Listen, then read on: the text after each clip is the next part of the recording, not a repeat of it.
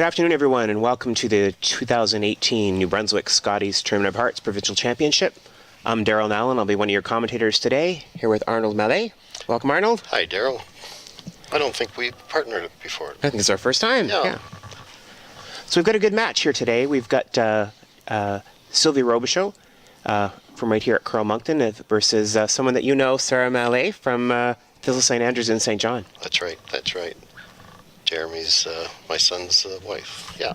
And Sarah was the runner-up last year, Daryl and Miramichi for this tournament. So, to Team Armstrong, which was skipped by Melissa Adams McClure, who now plays with Sylvie. That's right. So just a reminder to folks at home, we've got a 6-team round-robin championship here. So the teams will all play each other over the first couple of days, with the top team advancing to Sunday's final and the next two teams advancing to the semi-final. This is the second draw here this Friday afternoon. We had our first draw yesterday afternoon. Last evening's draw was canceled due to a pretty bad storm we had here in Moncton, so I'm sure the ladies are anxious to get back on the ice for their second game today. Yeah, Daryl, we had to make that call. The RCMP was telling people to stay off the roads, and it didn't seem fair to the teams were here, but it didn't seem fair to have volunteers come in that miserable weather, the second shift. So we had a team meeting and discussed it with the host committee, and everyone agreed to we really just moved the games down. So this is actually going to be game 2 of the round robin. So it looks like we're just getting underway here. Of course, the teams draw to the button for hammer in the first end, and the Mallais team one hammer in this first end. So this is the opening rock by Team Robichaud's lead, Kendra Lister. And Daryl, I think Sylvie has asked her to go into the rings, so... Yeah, I think we'll find, have watched Sylvie a lot over the years. She'll tend to play it pretty open for the first couple ends and pretty open when she does not have hammer. Just to get the feel for the ice, eh? Absolutely, yeah. And of course, Sarah will ask for that rock to be removed.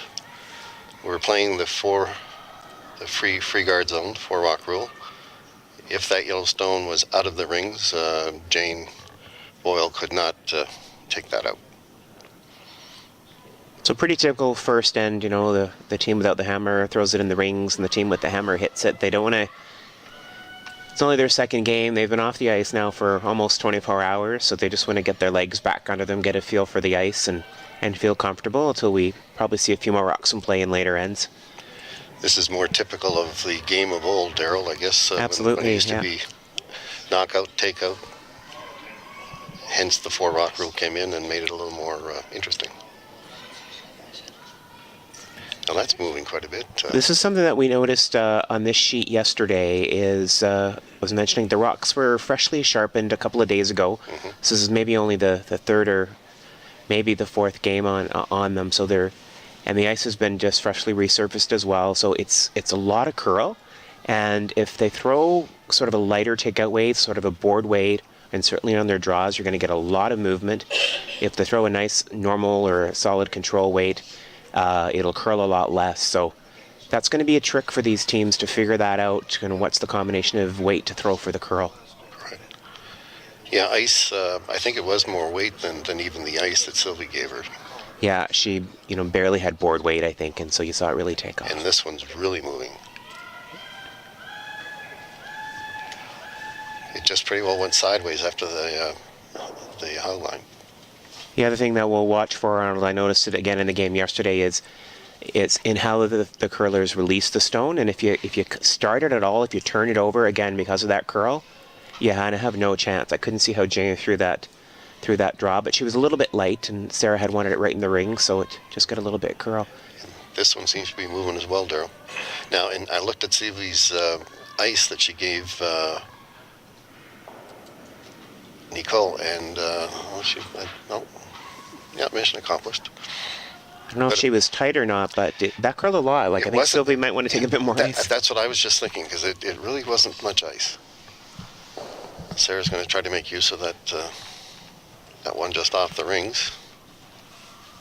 We'll see how much this curls, Daryl, because that's the 4 foot. So this is Leah Thompson throwing second stones for Team Mallais.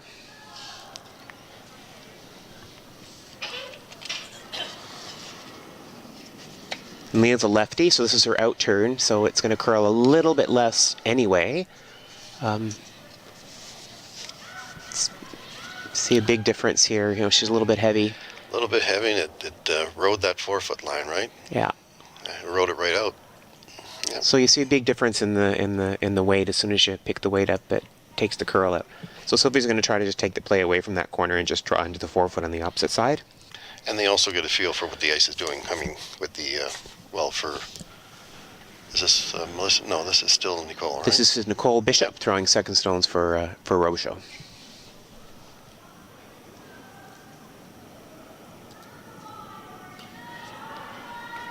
They're rushing this right along. It's starting to move off that 4-foot line now. And that's what we'll see at about the 3/4 mark. Just about 4 or 5 feet away from the hog line. It's got a big break. So we were saying yesterday, when you're calling the sweeping on those, you need to be ready to call the brushers on just a second earlier, almost, than you want to. You have to anticipate that it's going to curl. If you wait till it starts to move, it's a little too late. Now we'll see what this one does. Sarah's right on the 4-foot line. That's not much ice, but again, dependent on weight, right, for Leah?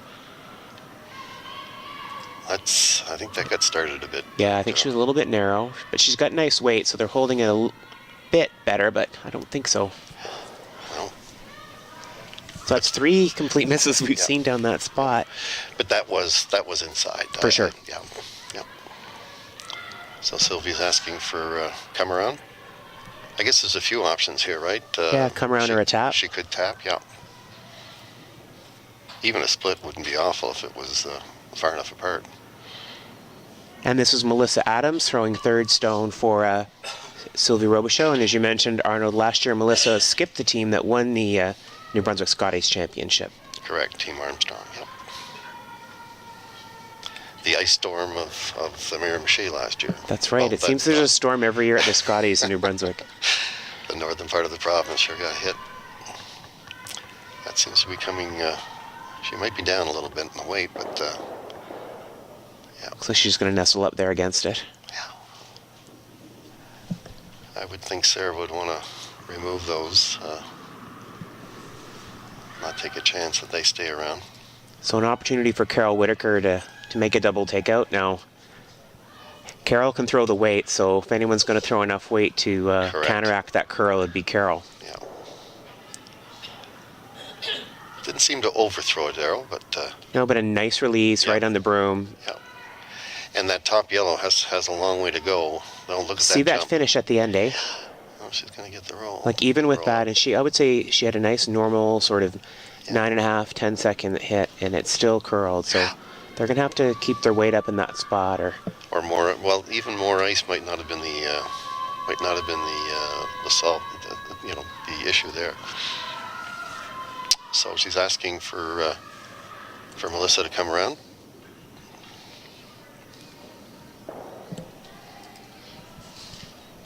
Well, they're not laying a brush to it just yet, and it's still right on that 4-foot line. As you say, it'll start to move here. There's the movement. And it really snaps, eh? Oh, they left it just a little too long, I think.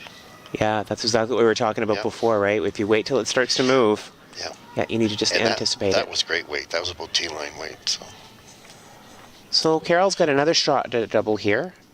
I think she'll take the other turns, a more natural way to make this shot. I think Sarah's asking for the hit and roll as a pull, because that's a pretty thin double, don't you think, Darryl? I think you just hit a quarter of that top one. It's still pretty straightforward for me, but hit and roll nonetheless. She can roll behind and make Sylvie make a little run back. Yep. She's got that nice controlled weight again. With that extra weight, that's holding very nicely. Starting to go now. Very nicely done. And she'll get the roll. Very nice. And it's actually good, Darryl, I think, too, that she's not directly behind that stone, or it would have been pretty straightforward. No, exactly. You can just see all of that rock. So it's a bit of a teaser for Sylvie, actually, because, it curls here. If If she ever curls and wrecks on that front one, it's an open chance to lie 2 for Sarah. Correct. Which is the objective when you have hammer, right? Absolutely. Give up 1 and score 2.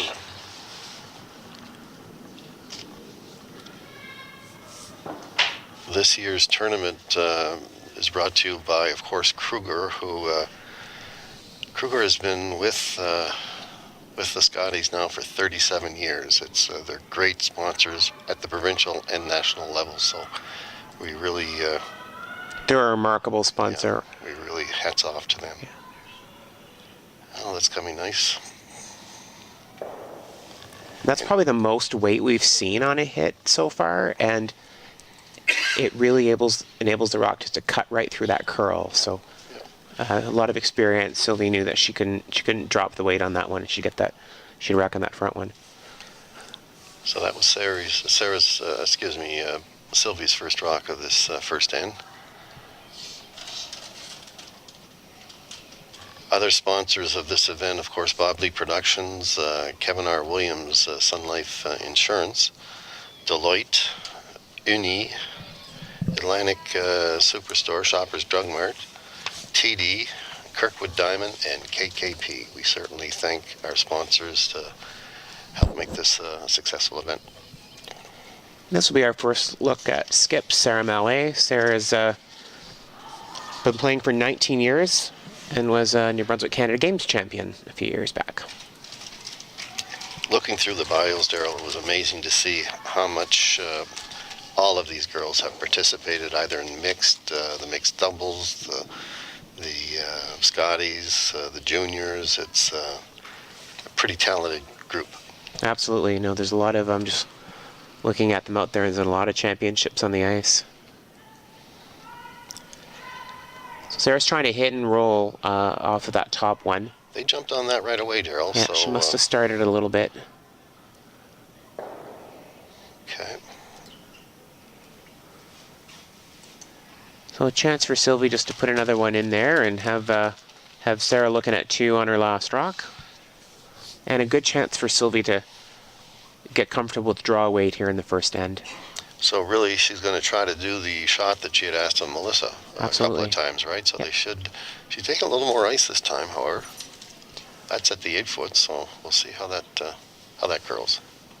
Ideally, she'd like to bury a little piece of it, but she wants to make sure she gets by, so she's taking that little extra ice. It'll be interesting to see, Daryl, as it approaches the 4 foot line, if it'll come across it, and when it starts to do that. Typically, it was around the hog line, and then got to the center line really quickly. So.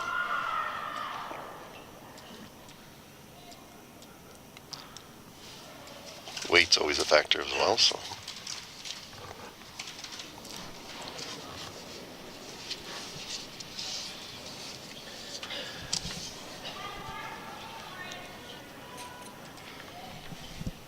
Sylvie's had a long road of success with the Scotties, champion in 2008, 15, and 16. She's probably the one of the most experienced players in this field, for sure. The other one that comes to mind right away is Andrea Kelly, who had a number of journeys to the Scotties, eh? Indeed she did.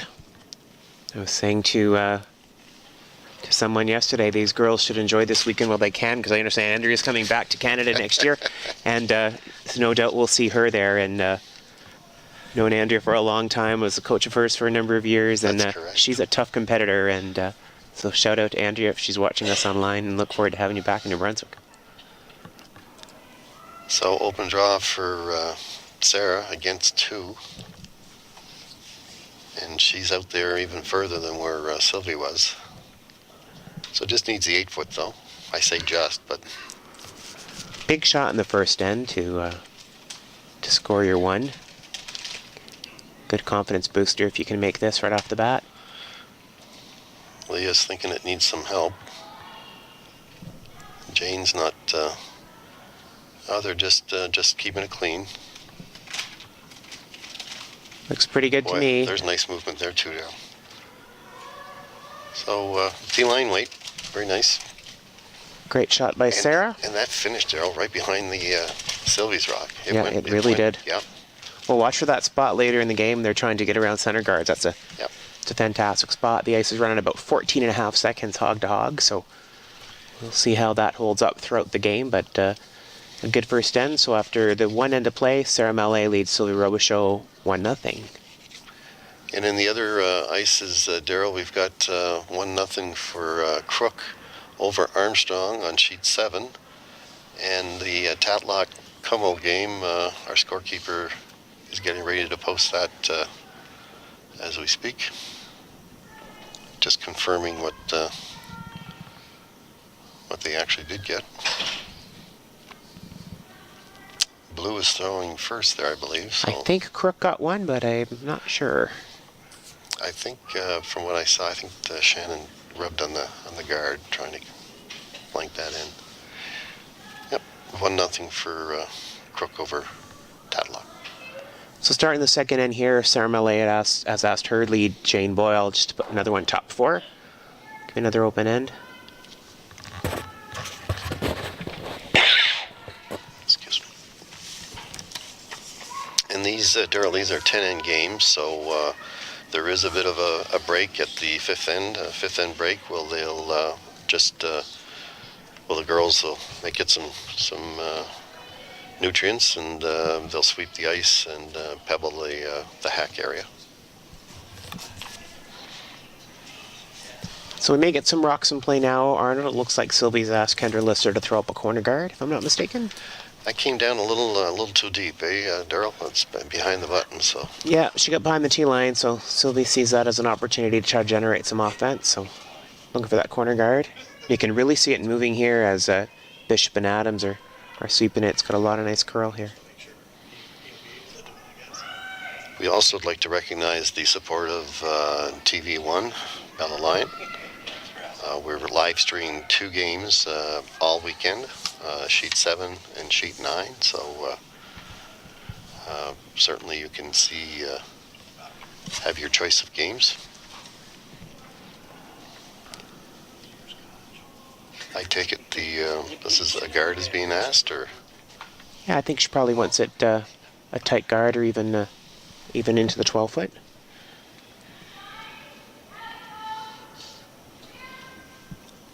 Got some movement coming that way too, Daryl. I think that's pretty much where she wanted it. Nicely done. Nice shot by Jane.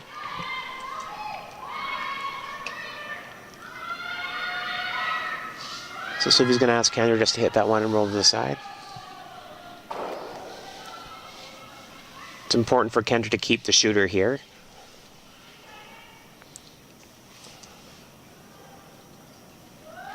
Good release. They're not brushing it.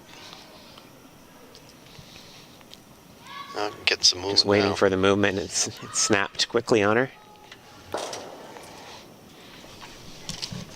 Close. Just missed the back one. Close to being a double, yeah. So a bit of an opportunity for Sarah to apply some pressure if she wants to. She could put another one in behind that tight guard. And that's what she's asked Leah Thompson to do. And Daryl, actually, if she was a little short, that still wouldn't be a terrible shot, right? That's right. It's out of the house, and it's guarding the shot rock at the back of the 4-foot.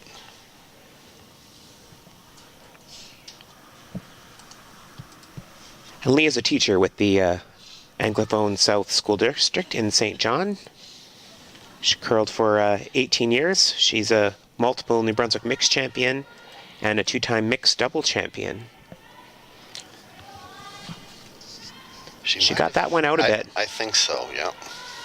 You could just see it on release. She kind of fired it out her. And a little bit on the heavy side, so unfortunately she's wrecked on that corner guard and kind of knocked it into the rings. Yeah. So let's see what Sylvie does here. And the second for Sylvie is Nicole Arsenal Bishop, and Nicole's been curling for 26 years. So Sylvie's asked her for a bit of a backline weight shot. I think the call was to hit the back one, but was sort of an alternate to say if you're rocking that tight guard, you can split it in, and you'll have 3 yellows in the rings and try to generate some offense here. Melissa indicated that the weight was up a little bit. Yeah, it looks like it's a little heavier than back line, that's for sure. Starting to move now, though. Yep, we got a nice finish. Well done. That communication, Daryl, too, is very important with the brushes. As soon as they get a feel for what the weight is, it's always great to tell the skip who's in the house, and the call would be affected with that information. Absolutely, especially on this ice with that late movement. Then skip needs to know if it's too heavy, it won't move. But if it's on that nice control weight, it'll catch the curl at the end. So she needs to know that. And he almost predicted what Leah was doing, because that is up a bit. And that's a second one that I've noticed on Leah's release as an out turn for a lefty. They're full. She just kind of puts it out. She throws it a little bit inside out, meaning she starts the rock in the center of her body, and then moves it to the left as she's releasing it. So that bit of outward momentum keeps it hanging out there, and that's exactly what happened on that one. Yep. So it's a little bit deceiving. You think you're on the broom, and she's kind of on the broom, but it's that outward momentum on release that prevents it from curling. So great chance here for Team Robichaud to draw another one in lie 3. They're rushing it now. That's got some movement to it. She let it curl a bit. She may split this top one in. I think that was what Sylvie had them get off, and Sarah's got a challenge coming up now because Sylvie's lying 4. Carol Whitaker will be asked to... I don't think she's attempting the double. I think it's more the hit and roll, Daryl? I think that's what her call was. Of course, if it hangs a little bit straighter, she can always get the double. I mean, at this point, it's a nice hit and roll here could counteract a couple of those counters that Robichaud has too. So she'll see how she releases it. The call's the hit and roll, but if it hangs out a bit, she can always get the double. Well, this one's moving quickly. She's got a nice weight.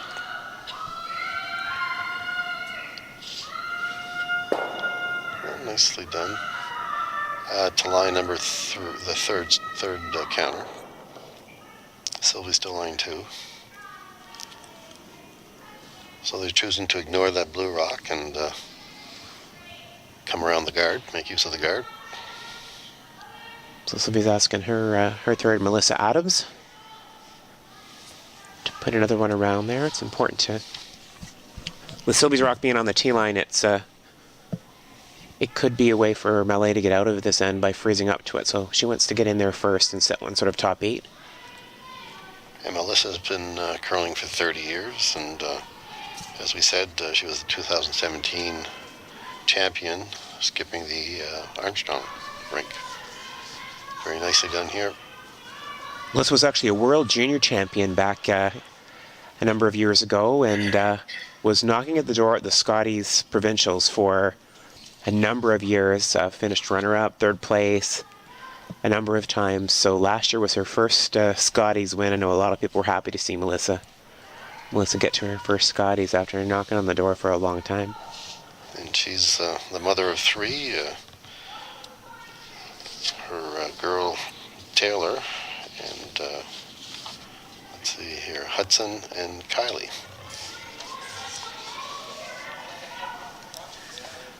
Now Sylvie's lying 3, so Carol's come down to have a chat with Sarah about what it is that they... Melissa put that one in there perfectly, Arnold. She's perfectly buried behind that corner guard, so there's not an obvious spot as to where Sarah can get at it. Sarah's looking at maybe freezing to the one at the back of the 8-foot. Carol's thinking of hit and roll. Yeah. That one at the moment isn't... if you were high there, Daryl, on that side, pretty well where Carol, anywhere at the top, it would put the onus on Sylvie to do something with it. Yeah, if she can make that same shot that Melissa did, and sort of, if as long as you can get by that rock at the top of the 8-foot, you don't even need to be buried. Well, you can't be buried. No. Yeah. It looks like they're going to do something with that back one, are they? Well, I think they're still talking about that. Yes, there you go. She's going to freeze that back one. Yeah. And if she does freeze, she will have shot rock, so it'll be wide open, mind you, but not a bad call here.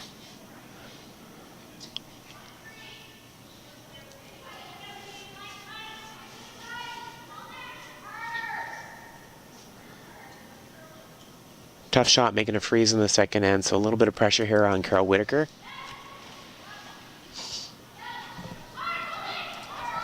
They're not laying a brush to it as yet. It's definitely not light, but it looks like it's moving. Leah's not She's a little on the heavy side. great movement, but yeah. And I think she shot rock, but of course she knocked that one back, Daryl, enough. So her blue one's out counting over the side. Yeah. Yeah. So somebody's asking Melissa Adams just to remove that one, maybe roll a little bit. I think I'd be tempted to kind of hit it on the nose and even roll to the center as opposed to rolling to the left-hand side, because we just played that shot. Just played that shot, and you're kind of, that rock at the top of the 12-foot becomes a bit of a corner guard then. So I'd want to keep this wide open. So a no sit would be ideal.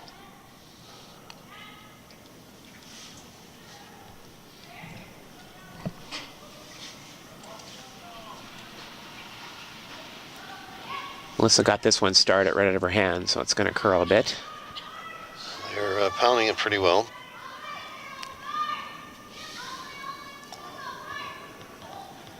Boys, as you said, Daryl, they move even with like that was good takeout weight, but as you said, you could just see it on release. Melissa's got her arm quite straight out in front of her on a release, and when you see a curler doing that on the in-turn, they kind of have no choice but to turn it in to get the rock out of their hand. So that's what happened on that one. And Carol's suggesting possibly the tap up of theirs, which would be fine, but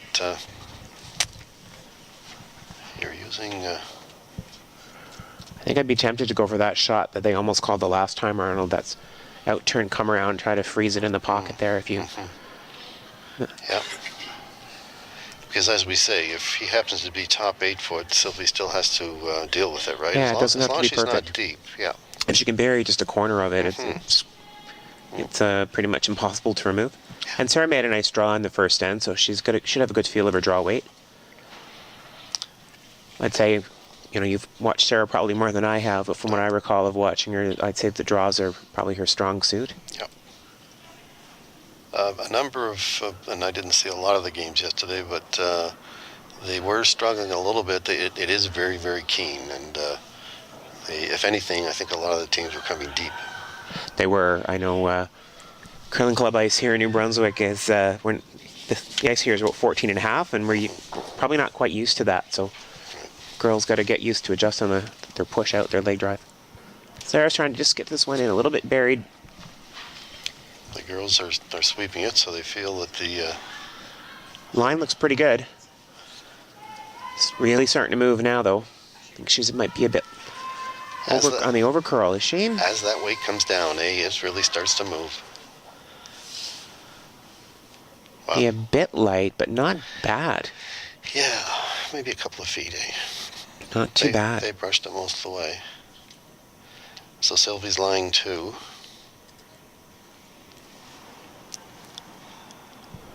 Melissa's still looking at the rocks. Melissa's a thinker, right? And Sylvie's very decisive. Melissa likes to think everything through, and Melissa's over there looking at all the different things, and Sylvie's like, come over here, this is what I want to do.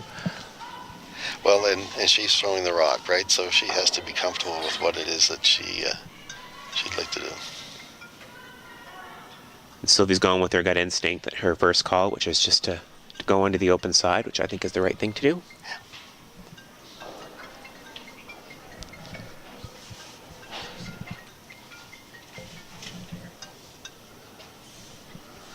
Okay, so this is the first of Sylvie's rocks here in the second end. Chance to lie 3 with hammer. So. And Armstrong has just tied it up on sheet 7, 1-1 after 2. And we've got a measurement on ice 8.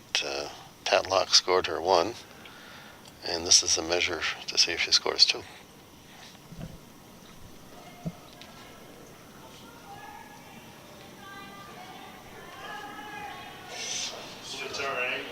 Sweepers are not wanting to sweep this one. Looks to be sliding pretty good.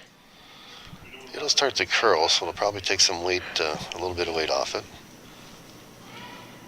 Cal Whitaker's going to try to get that one back as far as she can. Well, Sylvie knew that she had a little bit of backing as well, so... So Robichaud lies 3. I guess, Daryl, you'd be tempted, right, to sit right on top of that and minimize the... I think so. If she can make a good freeze here, it can cut them down. Robichaud will still not be able to blast them out for a couple, but at least make her make a difficult shot. She can nestle in somewhere as close to that one in the back of the 8-foot.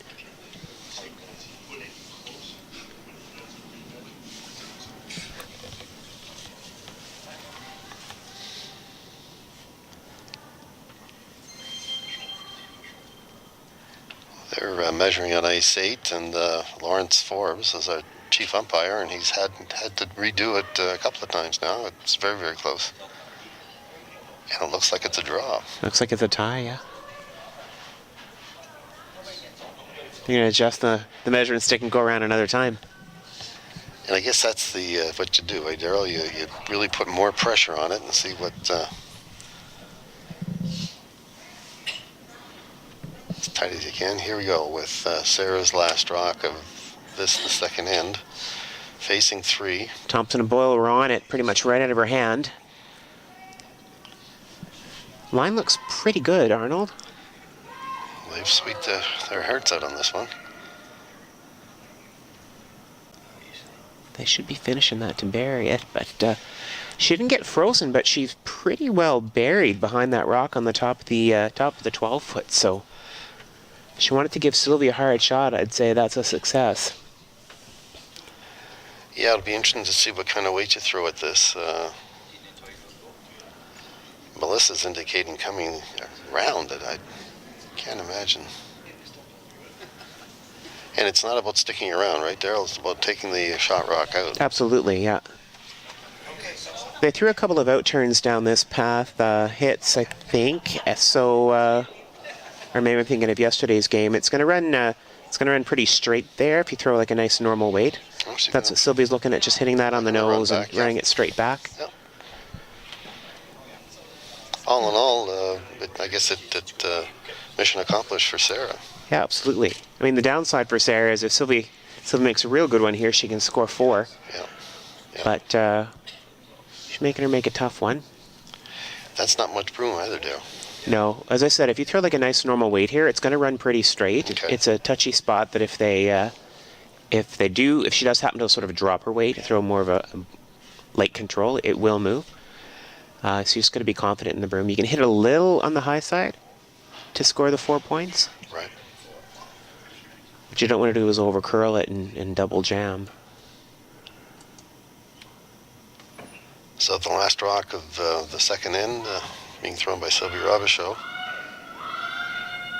They're trying to hold it straight. It looks pretty darn close. I think it just may have overcurled a bit. Wow. So dodged a bullet there for Sarah Mallais. Looking at giving up a 4-ender and turning that into a steal. Yeah, 5-point swing.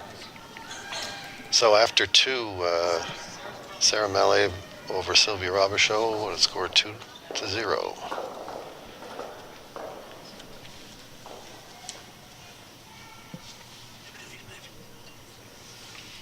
So if you're Team Robichaud after that end, you know your first reaction is to be a little bit frustrated that you could have had a 4-ender and a 3-point lead, and instead you're down 2. But what I'm sure they're talking about now is, you know, what a good end they put together. They got themselves in a position to take 4. Absolutely. We just need to keep plugging away and have some patience. Yep. And the Daryl, this tournament is going on until Sunday. We have a 7 o'clock draw this evening. There is a 9 o'clock and 2:30 draw tomorrow. If tiebreakers are required, that will happen at 7 o'clock tomorrow night. And then the semifinal at 9 o'clock with the final at 2 o'clock, again, providing there are no tiebreakers. And this is taking place at Curl Moncton on Essex, corner of Lockhart and Essex here in Moncton. Feel free to come down. We have a staging set up downstairs in the lounge for For our fans, the tickets are $5 for the game, $2 or $10, excuse me, for the day, and $20 package for the whole event, which allows you all the remaining 4 round robin, tiebreakers, semifinal, and final. So Jane Bowe put her first rock of the third end, top 8 foot, and Sylvie's asking Kendra Lister to throw up a corner and try to get a little bit more of offense going again this end. Which is basically what she started in the last end, correct? That's right, and it worked out for her, save that the last 2 shots by Sylvie and Sarah. The Robichaud team put a good end together in that last end, so they're going to try to do the same. And Daryl, she's this side of the tee line too, which makes a bit of a difference as well. Yeah. All right. Kendra, nicely done, corner guard. Sarah's requesting a guarding her center line shot rock. Jane's a pretty steady lead. I think she's played lead all of her life. I mentioned a lot of the mixed successes she's had as well, in terms of as well as being a Canadian champion in mixed. So she should know how to place these 2 stones. Well, this one looks a little heavy. Well, just a little, and it stayed on that 4-foot line. And I think they're just looking to maybe split, but it was about back 4, right? Yeah. So maybe just a tad heavy. Little bit of difference in the weight. You see, it just doesn't curl quite as much. No. So Kendra's being requested to take the, I guess that's the shot rock. Yeah, she's asking for a control weight, I think. And Daryl, here it's she can actually make use of that cornerstone too. Absolutely, she can hit and roll behind. This one's going to curl a fair bit if she. Oh, it looks like she was pretty wide though. So. Yeah. However, here we go. She's curling now.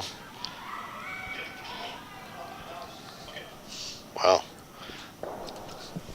It's still curled, a little bit past the nose, and Kendra was, I dare say, a good foot wide of the broom in that time. But well, and they had to wait because of the weight, right? They wanted to let it curl. So, yeah. So Sarah's going to be requesting Leah to take that out and perhaps get a roll as well.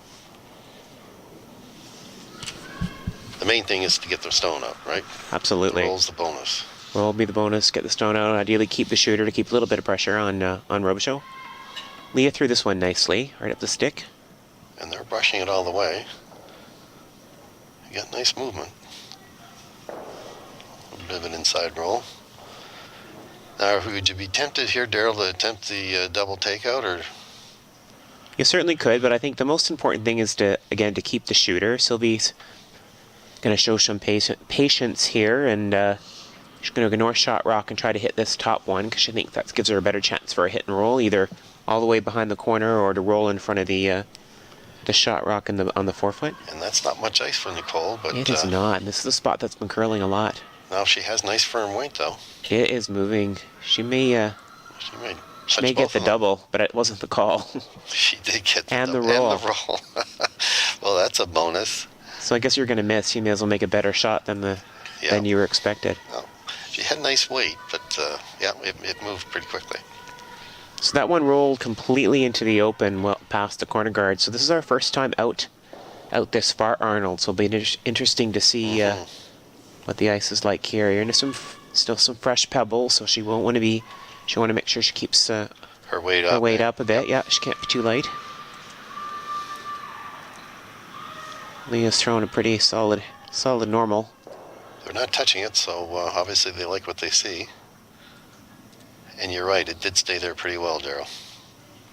Yeah, a fair amount of weight and a solid extension. Yeah. So that's what I was talking about the nice solid weight and the curl. If you throw that weight, especially with an extension like Leah had, right, it cuts right through that curl, so you can pretty much put the broom where you want to hit it. So a chance for Nicole Arsenault-Bishop to come around here. Well, there's certainly know this part of the ice. We've been playing it the second end where we've tried to come around that corner guard, and it's starting to move now. Girls are waiting for it. Not laying a broom. See Melissa just jumping out at the end. Just to finish carve it in there. She's got a great shot. Completely behind the guard. Excellent shot, and it's above the tee line. So. Yeah, you can't see any of that. Now, would you be tempted to remove the guard, or? With a 2-point lead, I would, and be happy just to exchange shots. Hope you get a hit and roll out and hold them to a single, and that's what she's going to do. I think she's going to try the run back, or she's trying to just peel. You know what? Yeah, and that's the option, I guess.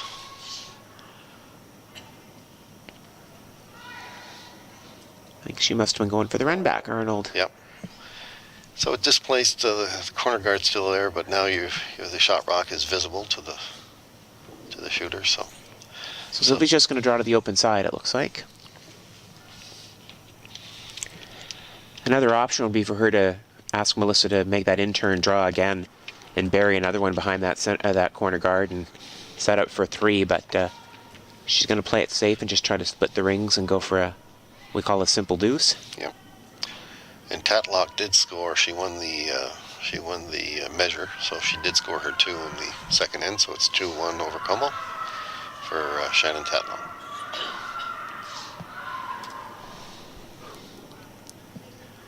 And that's a beautiful draw weight for Melissa. Those are the key shots, Arnold, throughout the game. We'll see those simple shots to draw the other side and lie to, open hitting sticks to lie to. Those are the shots that win and lose your curling games. You know, there's the big doubles and hit and rolls that everyone remembers, but it's those simple shots in these games that can haunt you if you miss them. Correct. Now the girls aren't laying a brush to this. She put this one out a little bit, but it looks like it's trying to curl and catch a piece. Across that 4-foot line, here it goes, but it's out as well. So opportunity Robichaud to maintain her deuce. So she's going to do the same thing, ask Melissa to just replace that rock.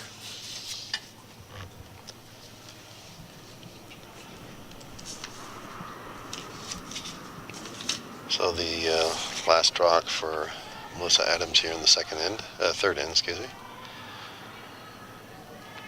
They're rushing this all the way.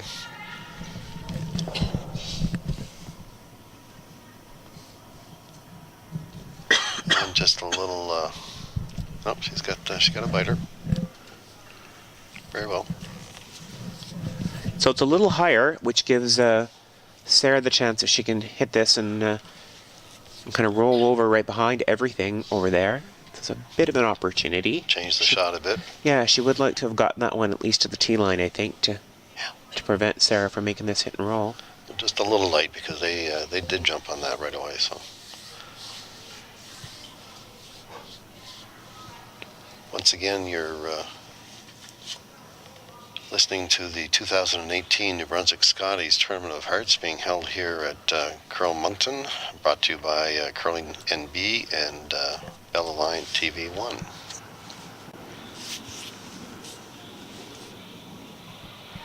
So the first of Sarah's 2 rocks here in the third end.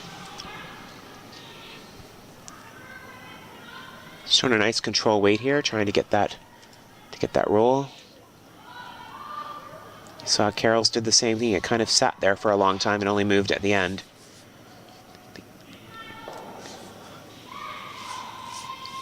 It's just not quite as much movement in that spot as we're seeing in other places.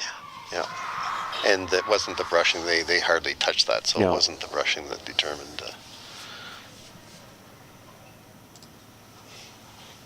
So Sylvie, the first of hers in the third end, who continue with her approach to score 2 here.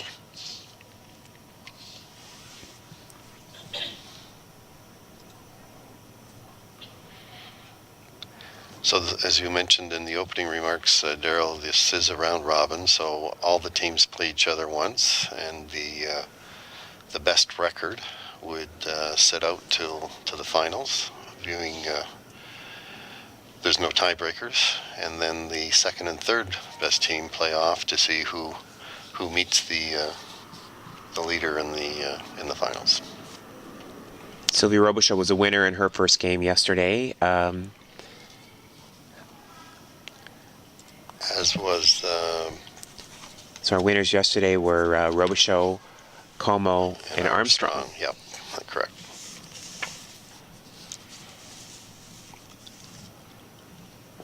So nicely done by Sylvie. She got to the pretty well to the tee line. Perfect placement too, like lots of space. If Sarah was going to make a hit and roll here, it's really long. So for Sarah here, though, it's important just to hit and stick and at least make Sylvie make a hit on her last one as opposed to another open draw. Correct. And you never know, you might get a hit and roll out. And that Carol's got her broom right on the 4-foot line, so we'll see what kind of reaction we have with the stone with the outturn.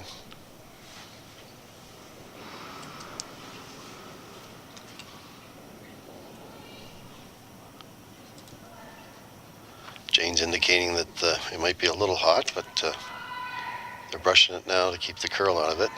Yeah, it's moving a lot. Looks like she's going to have a little roll for shot rock. Shot rock. So, yep. So well done. So Sylvie's got a hit and stick for her deuce.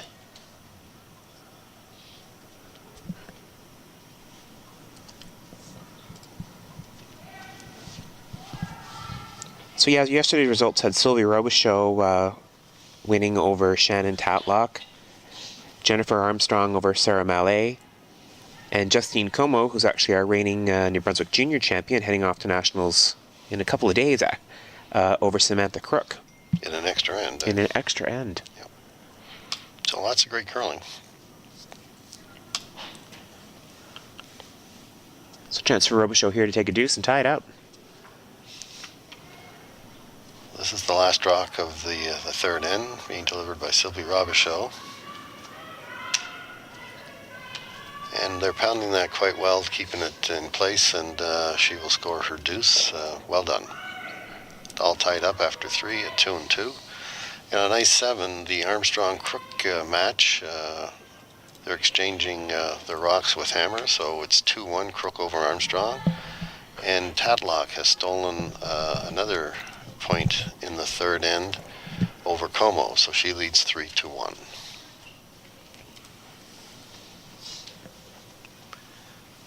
Of course, the winners of the Scotties provincial championships go on to the Canadian championships at the end of January to Penticton, British Columbia, where I'm guessing the weather will be a little bit nicer than the snowstorms we're having here. Well, BC was getting some. Didn't they get a nice storm or something? Maybe not Penticton, but Alberta. They've been getting their share, I think, as well. But I think we dodged that nor'easter. It could have certainly been a lot worse. So we're all tied up here in our featured game, 2-2 after 3.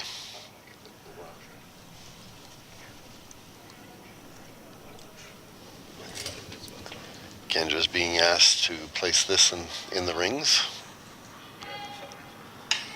So we're all tied up on the scoreboard, and we're all tied up at stats at the lead position. You have Kendra Lister and from Team Robichaud and Jane Boyle from Team Mallais both playing 75%. So we head into the fourth end. And Daryl, typically you'd want your leads in the front end in that kind of bracket, right? 70-80%. Yeah, you'd like to see your, I think you'd like to see your leads into the 80% range, I think. But we saw a little bit of problem with some over curls there in the first end, where both of them I think had some zeros. So they seem to have their legs under them now, and the right combination of where to put the broom and what kind of weight to throw. So. And just on that too, Daryl, the point system for the statisticians, a shot is valued at 4 if it's made? That's right, and then depending on how you make the shot, how successful you are, you get a score from 1 to 4. And the statisticians kind of have their work cut out. They really got to be watching what the call was to be able to indicate that yes, the shot was made as per the call. So they're forever keeping an eye on what the call, the turn, and all that good stuff. So it looks like we're going to have another open end here, Arnold, with just exchanging those rocks on the 4-foot. Or in the rings, I'm sorry. There's that little extra weight, and certainly it's staying there. And we may get a rollout here. Yeah. Just that, as you said right from the start, the little extra weight, and it runs through the curl. So I saw this yesterday, and I was baffled by it yesterday, and I'm baffled by it again. We've got Hammer here. Sarah's got Hammer, and she asked Jane to draw into the rings. Now, you've got Hammer. You got to score 2 points, and you're not going to score 2 points by putting in the rings, Arnold. You got to throw a corner guard. So Start the mission towards 2, right? you saw Leah actually go up and kind of indicate, I think you want a corner guard. So I'm not sure if they changed the call or They not. could have, because that is not. That's just nice weight. Or maybe she did the old trick where she whispered to Jane and said, "Just be light." I don't know. But regardless, that's a good spot. It's a little closer to center probably than she would have liked, but but I think it's a good spot. The right hand side of the rings is still completely open. So Nicole is being asked to come in behind that guard, make use of Sarah's guard. And Nicole's our top shooter on the ice so far, shooting 92% in the first 3 ends. Again, they're not brushing it, just waiting for it to get that curl, and here we go. Getting to that 4-foot line. Look at that move now, Daryl. You gotta have patience and just wait for it, and then it's gonna move. Yeah. So you see Melissa, you'll see the sweepers doing this a lot now, especially the inside sweeper on those draws, just kind of sweeping it at the very end as the rock's finishing, just try to help it along, help it curl a little bit more and help it carry a little bit further so we can catch all that curl and get behind the guard. So she's about a quarter buried, I think. I think Leah can see most of that. Sarah indicated kind of hit her hip as to the kind of weight that she liked, and they're trying to determine that now. She's asking for like a hack or a board weight, I think.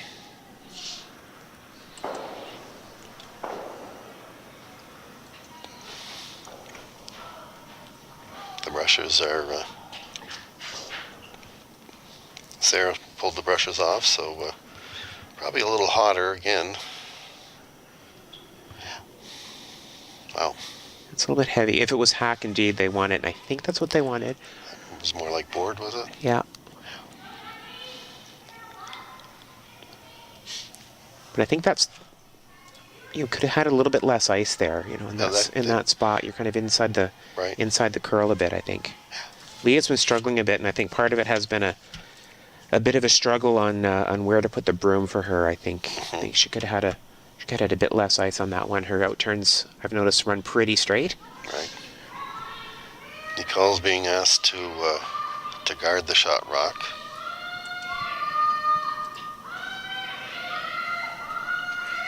But I don't think Sylvie minds coming into the rings either. They're letting this get its full curl. It's going to come right down on top of that one. It looks like it just caught something, Arnold. It did. That kind of went sideways. A bit of a lucky break, eh? In terms of she ended up with an excellent guard. I think they can see it from the. Especially Leah's a lefty. I think she can probably see a good quarter of that rock. Right.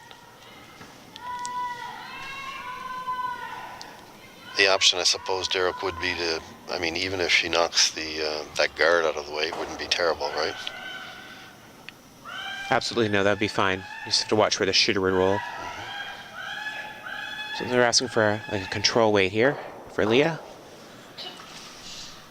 Should make a nice hit and stick here. And this is a spot where we saw it ran straight for a while, and then it'll make a big movement, and it's starting to move already. The brushes are on it. She's got herself a nice rock. Oh, well done. Wow, didn't quite make it out. That surprised me. She had a lot of weight. They were brushing that too, Daryl. They must have thought it was going to jump, and with that weight, it certainly didn't. So a chance for Melissa Adams to get one in there and line two. Melissa's shooting 88% as we head into the fourth end. Again, here it's right about halfway point. It started to curl. She's got nice weight. They're on and off. Yep, score her second point. And she got that buried a little bit as well, so. I think it's about maybe half exposed. Sarah's getting a little bit nervous about being in trouble, so she's going to try to run back and, worst case scenario, remove that top one, the top guard. Yeah, as long as Carol doesn't stay there, right? Yeah, ideally. She wants to get the center open a bit. This one's moving on her, and I think she's going to... Okay. She got rid of the guard at least. Yep. And left herself a corner guard, so that still gives her an opportunity still.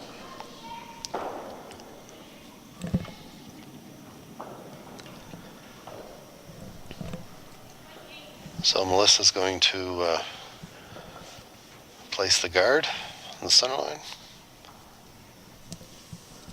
Just trying to keep the pressure on. Minimize the path to the forefoot.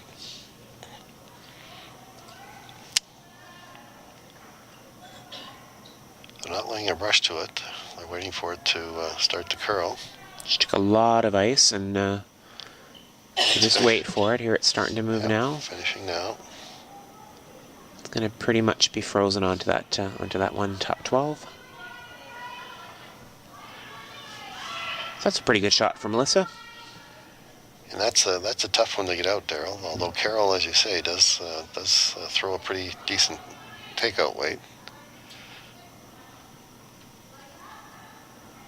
For Carol, if she can hit about 3/4, solid half of that, she'll still be able to keep her shooter, which I think is important. I think she can actually keep the shooter on behind that corner guard on the left-hand side of the rings, and still maybe salvage something out of this end. Get rid of at least one of those yellows. They're rushing it all the way. Might hit a little solid, eh? Yeah.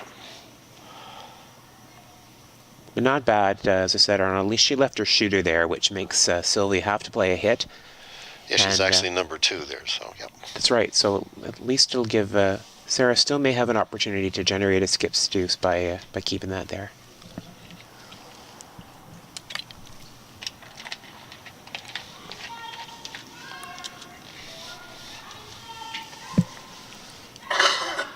As we indicated earlier, there are 2 games being live streamed during every draw with TV1. The games on sheet 7 and the championship ice, sheet 9.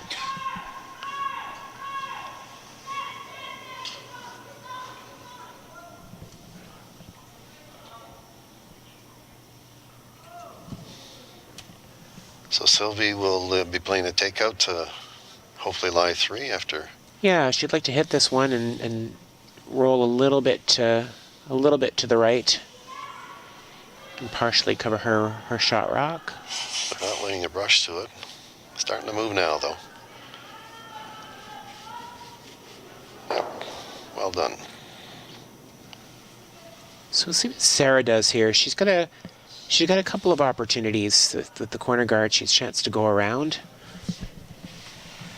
Daryl, would you ignore that and go to the other? I was just going to say that. I mean, I think the opportunity to draw around that rock, the corner guard that we see on the left-hand side of their screen is a lot easier shot than trying to draw around the rock on the top of the 12-foot, although the ice will move, so you definitely can get around here.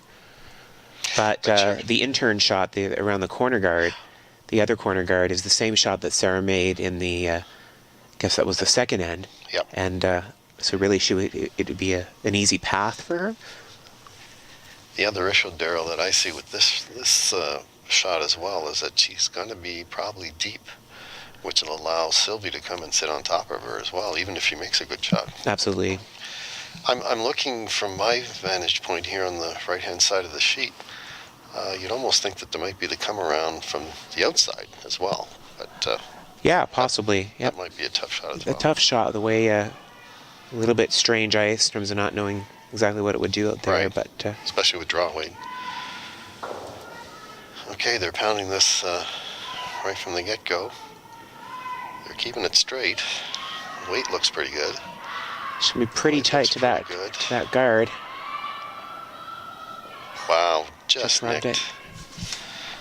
I don't know if she hadn't rubbed the guard, she would have been deep, right? She would have been deep, but even with that rub, she's probably about a quarter buried. Yeah. So visually, when Sylvie's in the hack, she will see a bit of that rock covered, so. And the good thing for Sarah is at least it'll be open on her next one. So at least if Sylvie, even if Sylvie makes this shot, she'll still have an open draw. It'll be against 4, but at least it'll be open. Robichaux's been generating some points in the even ends. It's the second time Sarah's going to be looking at 4. So think if I'm Sylvie, I want to hit this one and stick there at the back of the 12-foot somewhere. Make her look at 4. Right. Yeah, if she rolls out, then Sarah has just the 8 foot to get to, right? Exactly. Yeah. Everything's And sometimes easy. I don't mind seeing a skipped draw towards backing. Right. It psychologically sometimes forces into a miss. Looks like They're Sylvie's on and got off. Yep, they're on and got a off good on one this here. Yep. It's a little heavier. So she's rolling out. They were on and off that one. They probably could have left it. Because I do believe that this is sweeping ice too, Daryl. Like you Absolutely. can influence it. So an open draw for Sarah. She needs the 8 foot against 3 Yellowstones of Sylvie Robichaud's. So she can afford to take a little bit off that last one that she threw. The last one she threw, if it hadn't ticked, probably would have been back 12, back line. Granted, they swept it a little bit, so Probably taking another foot of she ice. can afford to take a little more ice, a little less weight. And Leave it to the sweepers. Yeah, the last thing you want to do is take the sweepers out of it in a shot like this. That's right. There's nothing uglier than watching your sweepers stand 20 feet behind your rock, watching it sail through. Right. Sweepers are cleaning it. They don't look like they want to sweep, but they don't look panicked either, so it looks pretty good to me. Yeah, just got a nice rotation on this. Full 8 foot would be great, and there you go. Another nice draw by Sarah Mallais. She's made a few good draws this game, Arnold. Kept that in. So after 4 ends of play, Sarah Mallais from Thistle St. Andrews is leading Sylvie Robichaud from Curl Moncton by a score of 3-2. This is the 2018 Scotties Tournament of Hearts New Brunswick Provincial Women's Curling Championship. We're broadcasting to you live on 5TV1. I'm Daryl Nallen with Arnold Mallais. Yes, and it's all taking place here at Curl Moncton, corner of Lockhart and Essex Street here in Moncton, New Brunswick. If you're, I'm not sure what the weather's doing. I haven't checked since coming into the club, but if you can make your way down here, there's great viewing of the three games. There'll be 3 games at every draw, so it makes for an entertaining evening. So Sarah's not going to mix it up too much, Arnold. She's asked Jane to put another one top 4 foot and play a relatively open end, and kind of tell Sylvie, if you want to force it, you can force it, but I'm not going to. Another great shot by Jane. Yeah, she certainly has her draw weighed. Sylvie's asking for a corner guard of Kendra.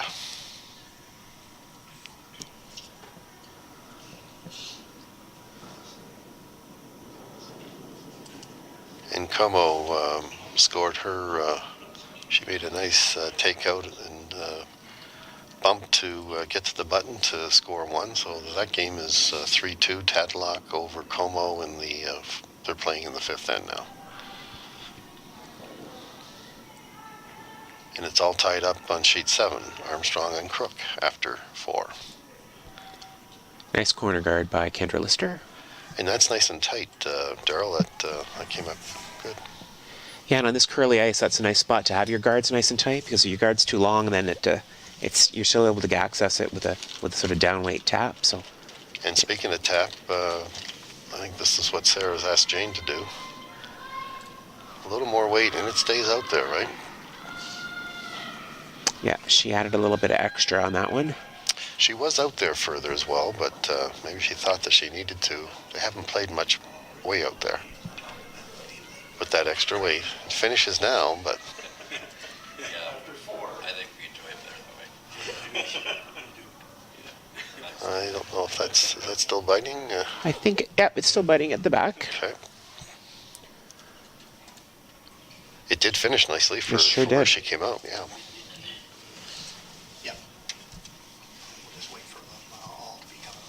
So Sylvie's asked Kendra Lister to play a little hit and roll here, I think.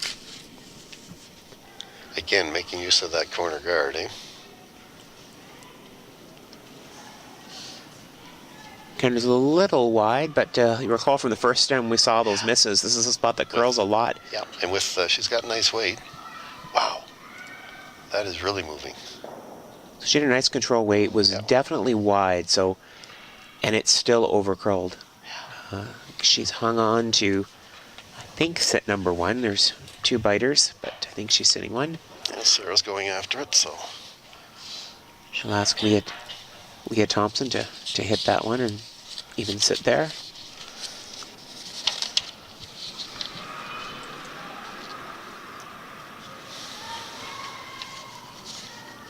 Leah's got a solid weight on this one, which I think she needs because it's curling a fair amount on this side of the sheet.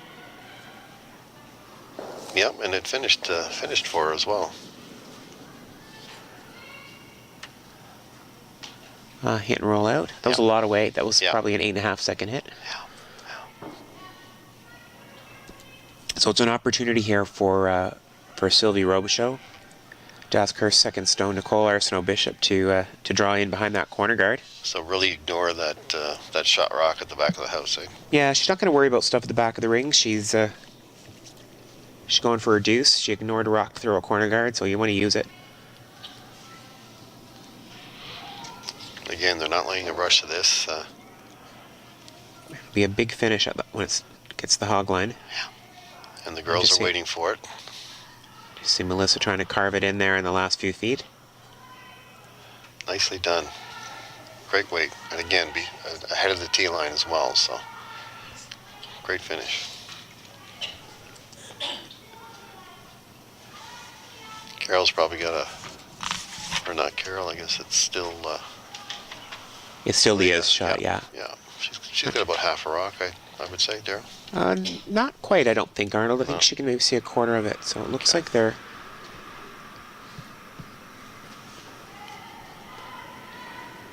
trying to pick it out, but if Leah clips off the top one, that will be fine too. Leah was hollering from her vantage point to get off it. And she was right. You know, that's been a little bit of a consistent, I'm going to say error, but challenge, I think, in this team is Leah's outturns are just running a little bit straighter, I think, than they're expecting them to. Right. I don't know if she's got a straight rock or if it's just on her release on those outturns, but they're curling a little bit less, I think, than the team is anticipating. She got the rock out, however, she rolled out as well, so... so chance for Nicole to do the same thing. Yep.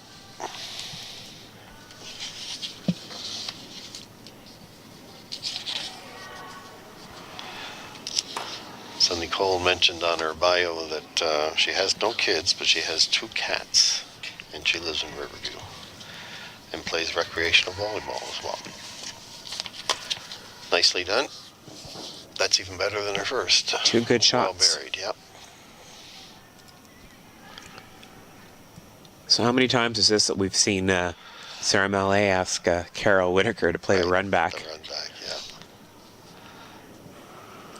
It's great when you can depend on certain shots from certain teammates. They're not brushing this one, however. It's coming up now. She's going to jam it. Yikes. That's probably the worst possible outcome, is to jam it and leave the guard right there in front of it. So a bit of a bad break for Carol.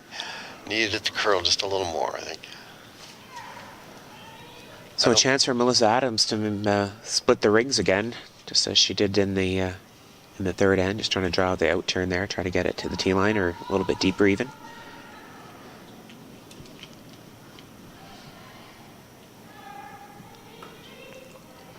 Not letting it brush to this either. Letting it curl. It should start to run now.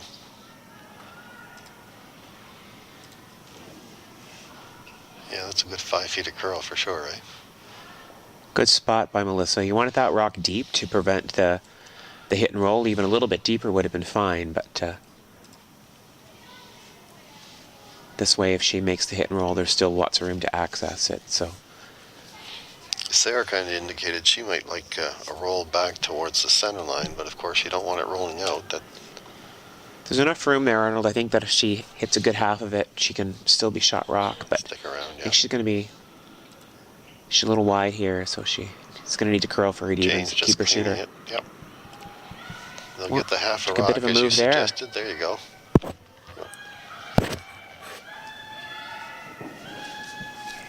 Big finish on that. Carol had a nice soft weight on that one. So Sylvie's asking Melissa to hit this one, and I think to roll a little bit to the left to kind of go back to the same spot. Once again, that isn't much ice there, Daryl. You just heard Melissa ask if she could have a bit more, and I think she's right. Yeah. Well, again, weight sensitive, I guess, but You gotta make sure you get all of the broom on this one. You can't be tight or get this started. And Melissa was out there a little bit, so, but it's still curling.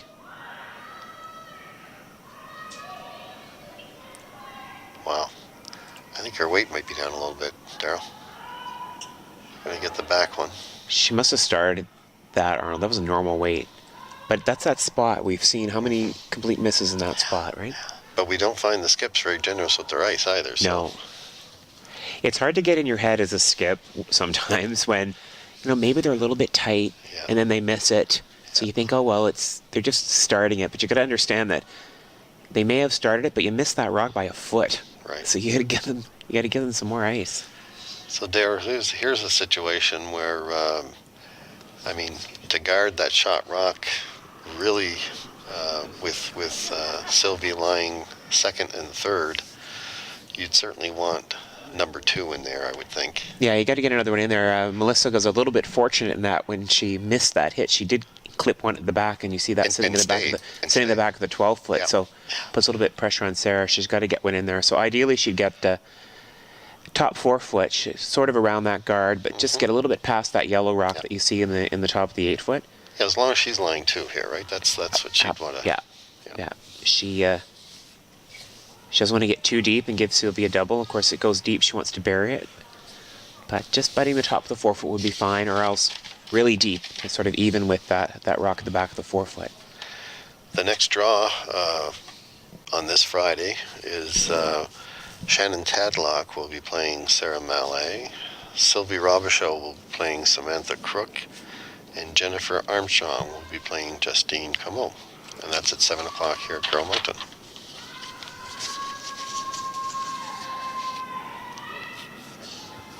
The girls jumped on this. And this is that curly path, so they're going to have to go on it for line. I think her weight looks pretty good. They need to hold the line to make sure she gets by that yellow one in the top of the 8. Once it gets to the center line, here's where it's jumping. She didn't have a lot of ice there, Arnold. She only sort of had middle of the 4. I think she probably could have taken well into the 8 foot because her weight was not too bad. Nope, she just tapped that second stone. So again, I think they're all getting fooled on that spot on how much it's really curling there. Yeah. She had probably almost T-line weight, right? So, yeah, close to it. With sweeping. So Sylvie's not going to mess around with that curly side. She's gonna try to take the other turn. And I think the call, Arnold, was to hit and roll to the right of the screen into in behind those rocks. Behind that garbage that's there now. All right. So I think if I was her, I would just as soon roll to the left. And hit that one and roll to the left. Sarah has no choice but to hit you then. If you hit and roll to the right, yes, you'll be lying 2, but you'll be behind the T line. It'll give Sarah a chance to do a reload of that exact same draw around, right? Right on. So the only other thing, though, Daryl, there might be the jam as well, though, if you do roll too far to the left, right? But even straight, back wouldn't harm her. So this is the first of Sylvie's rocks here in the 5th end. The Robichaud having hammer. Of course, this side runs a little bit straighter with the curl going the other way. Here it comes now. Well, it straightened right up. It's just a nose hit, so not bad. Nope. So a chance for Sarah to make that hit and roll behind the corner guard. And because of Sarah's first stone that's actually the third counter, she really doesn't have to worry about that one at the back, right? So That's right. kind of play Sylvie's shot. Would you throw a little more weight to get the roll? You have to be careful here. If you up your weight in this spot, we've seen a couple they'll run pretty straight. So you just need to throw a nice, solid control weight. Let your sweepers guide it in. Again, I'm a believer in that. It's important to keep your shooter on these, and even if you don't get the perfect roll, Right. then Sylvie's got a hit and stick. Right. Whereas if you roll out, it gives her a free draw. So go for the roll, but most important is to keep your shooter. So here we go, the last of Sarah Mallais' rocks here in the fifth end. They're up and down on this one. Sarah's got a nice control weight, and you just see it's just tracking a little bit. They're brushing that off it now, and here they go. I think they're over-sweeping it a bit, Arnold. Whoa, whoa, whoa. Yeah. Yeah. No, that's what they call perhaps being a little too cute, huh? Yeah, I think Carol was a bit aggressive on the sweeping call, going for the roll there, and wasn't watching the curl. It wasn't curling like she anticipated. No. Like I said, you really need to keep your shooter on those. You can't you at least make Sylvie make a shot. You can't just give her the free free draw for two.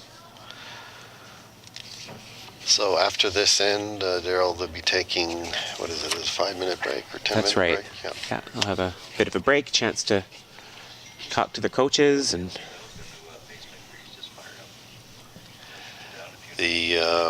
on ice 7, we have Crook and Armstrong. Crook is leading that one.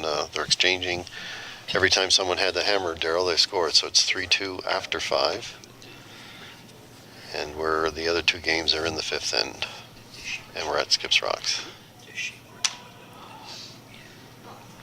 So they're brushing this pretty much all the way. It looks like Sylvie's got nice weight here. She needs full 8. That is really looks moving. pretty Yeah, good. She's fine. Very good. that moved a lot. So 2 points for Team Robichaud. So after 5 ends of play, Sylvie Robichaud is leading Sarah Mallais by a score of 4-3. And we'll be back in a few minutes to pick up the second half of this game. Right on.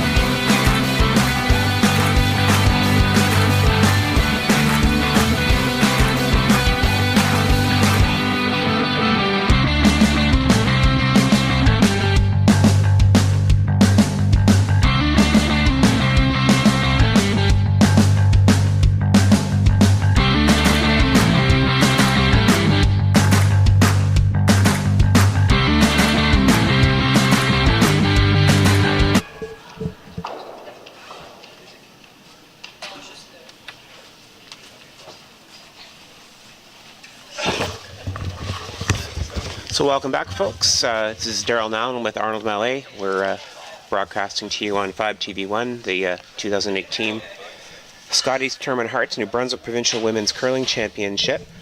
We're in the second draw of the round robin here, and today's feature game is Sarah Mallais from Thistle St. Andrews against Sylvie Robichaud from Curl Moncton. Just starting the sixth end of play, and Sylvie Robichaud was winning 4-3. Yes, and Daryl, there'll be another draw this evening. As you mentioned, it's a round robin, so the games this evening are Tatlock versus Mallais, Robichaud versus Crook, Armstrong versus Como. That'll be the third game of the 5-game round robin. Matches tomorrow are at 9 o'clock and 2:30. And if there are no tiebreakers, then the semifinal will take place Sunday at 9 o'clock.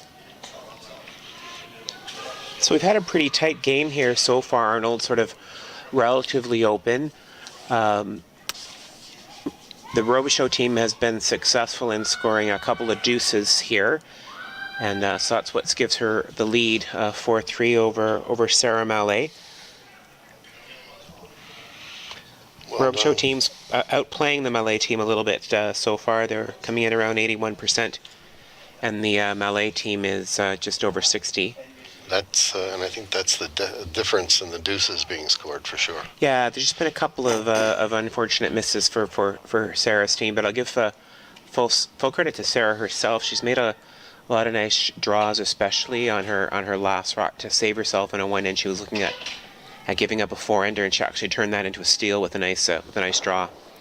So I'm sure they had a chance to regroup, talk to each other at the fifth end break, think about where they're putting the broom and what kind of weight they're throwing, and struggling a bit in that first half, but only down one with the hammer is not a bad result. Yeah, with 4 ends to go, so Sarah will ask Jane to remove the top shooter, and she's not. I mean, a double, I guess, would be fine, but really the call here is the hit and roll behind cover, right? Absolutely, hit and roll behind the cover, keep the shooter, and put a little bit of pressure on Robichaud. She got that nice corner guard up there, so it gives her a chance to use it. Now, they jumped on this right away, Daryl, but it looks like she has nice weight. Getting off it now. Nice shot by Jane. She got the, Jane Boyle's got the double takeout and the roll. That's the second time we've seen that. Yep, all of the above, huh? Very nicely done. Sylvie's going to ask her second stone, Nicole Arsenault Bishop, just to remove that corner guard. Now, is she looking to roll into the rings, Daryl, or does it matter at this point? I think ideally she just wants to open it up, depending on where she hits. She actually could make a double and almost roll into the rings, but the most important thing is to expose that rock. It's early in the end, and she doesn't want to get herself in too much of a mess. They're pounding this right away. Looks like she might have the run back. Oh, just missed it. It had curled a little bit just more. Another quarter of an inch. I think she would have had the double and maybe even rolled her shooter in. Yep. On sheet 8, Como has stolen 2, so that game is now 4-3 Como over Tatlock. And on sheet 7, 3-2 Crook over Armstrong, as we said earlier. It's actually 2 junior teams in this event, Arnold. There's a sort of no age limit on the Scotties Tournament of Hearts, and Samantha Crook and Justine Como were the finalists in the New Brunswick Junior Championship this year, and with Justine's team pulling out a win and heading off to the Nationals at Shawinigan in Quebec in just a few days. Yeah, they're calling that the under-21s now, right? Because That's right. There is an under-18 event now that the Curling Canada has created, so which we hosted here last year, the first national ever. That's right, and Justine was actually the silver medalist at that Canadian Championship. So that's a name for people to keep on their list and to watch for, because I think you'll see great things from that from the young player. She's a smart skip and a great shooter.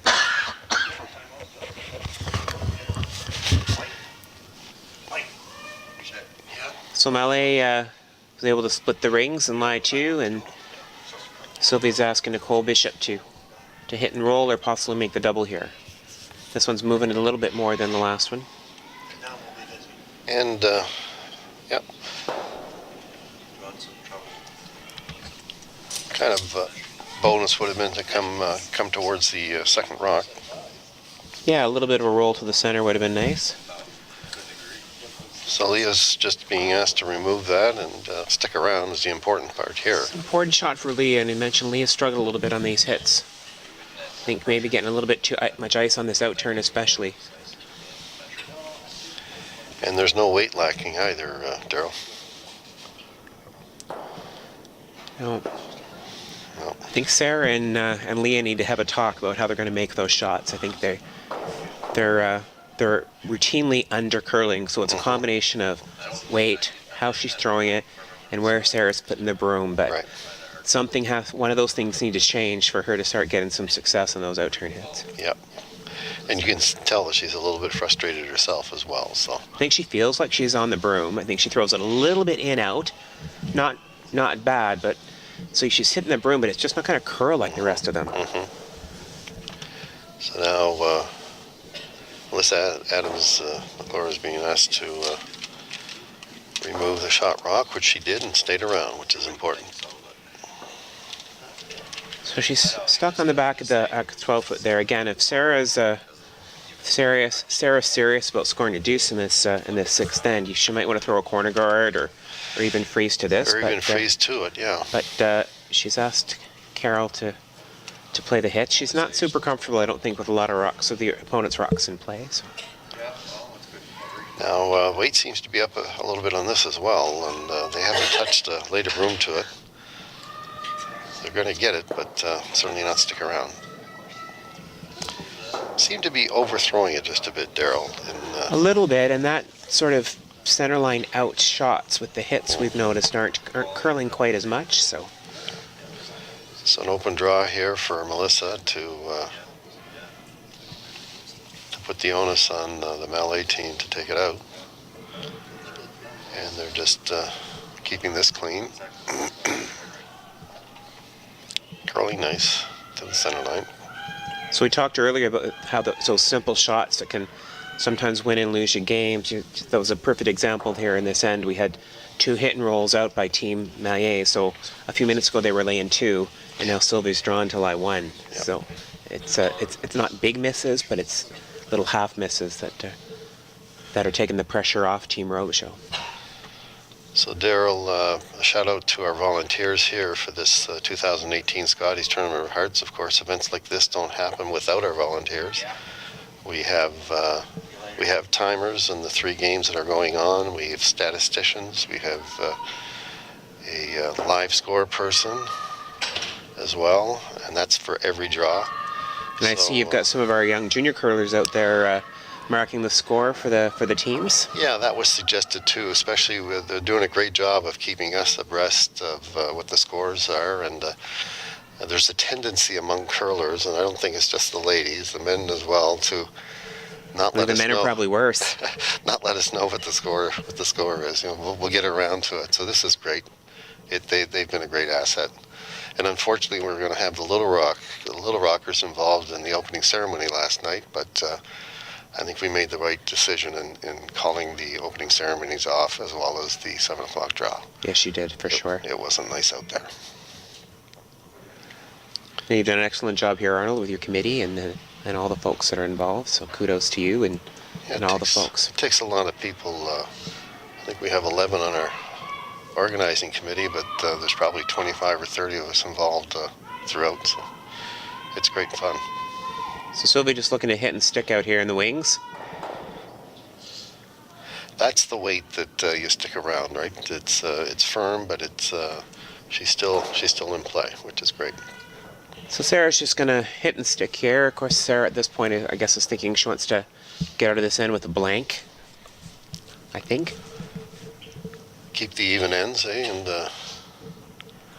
well, I think she wants to maybe blank this end, judging from the strategy right. she's been using. That so she's going to move the next into the 7th end with Hammerer playing the 6th end. She's down 4-3. The option, Daryl, wouldn't be to draw down to that, eh? I mean, then you're just letting Sylvie do the same thing. So I suppose that really doesn't bring you much, eh? Well, you could draw down to it, and if you don't make it, even if you make it quite well, Sylvie's going to try to blast it out. If she misses, she jams it on there. It's a pretty simple deuce for you. It's kind of a low risk way to try to score a deuce.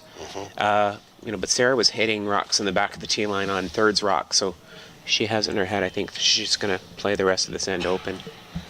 So she makes her takeout and stays. That's that nice weight. So Sylvie, of course, the objective would be to hit and stay as well, right? If she rolls out, Absolutely, then obviously. Yeah. Make Sarah at least try to make a hit and roll out. Yep. The Robichaud team has been playing well. Sylvie's shooting 80%, so. Yeah, and that, as you said, that was the difference of them scoring their deuces and keeping Sarah down to one when she has opportunities. And Sylvie's a very patient skip. She has a lot of experience. She's been to the Canadian Mix, Canadian Juniors, to the Scotties a few times.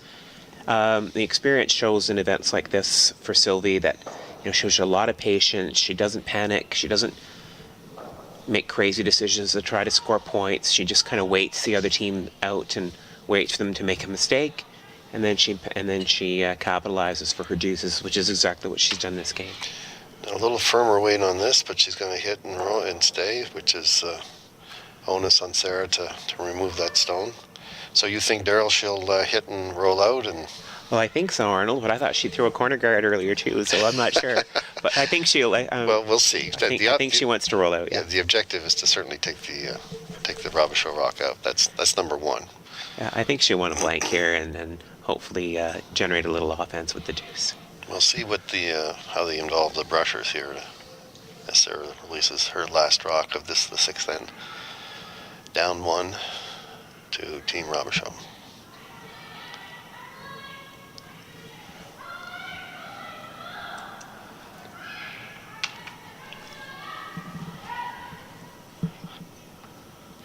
So they're sweeping this right away, trying to hold it out. So definitely are going for the blank. And I think, Daryl, this is actually curling on her. I think she's going to be stuck with her one. Yep.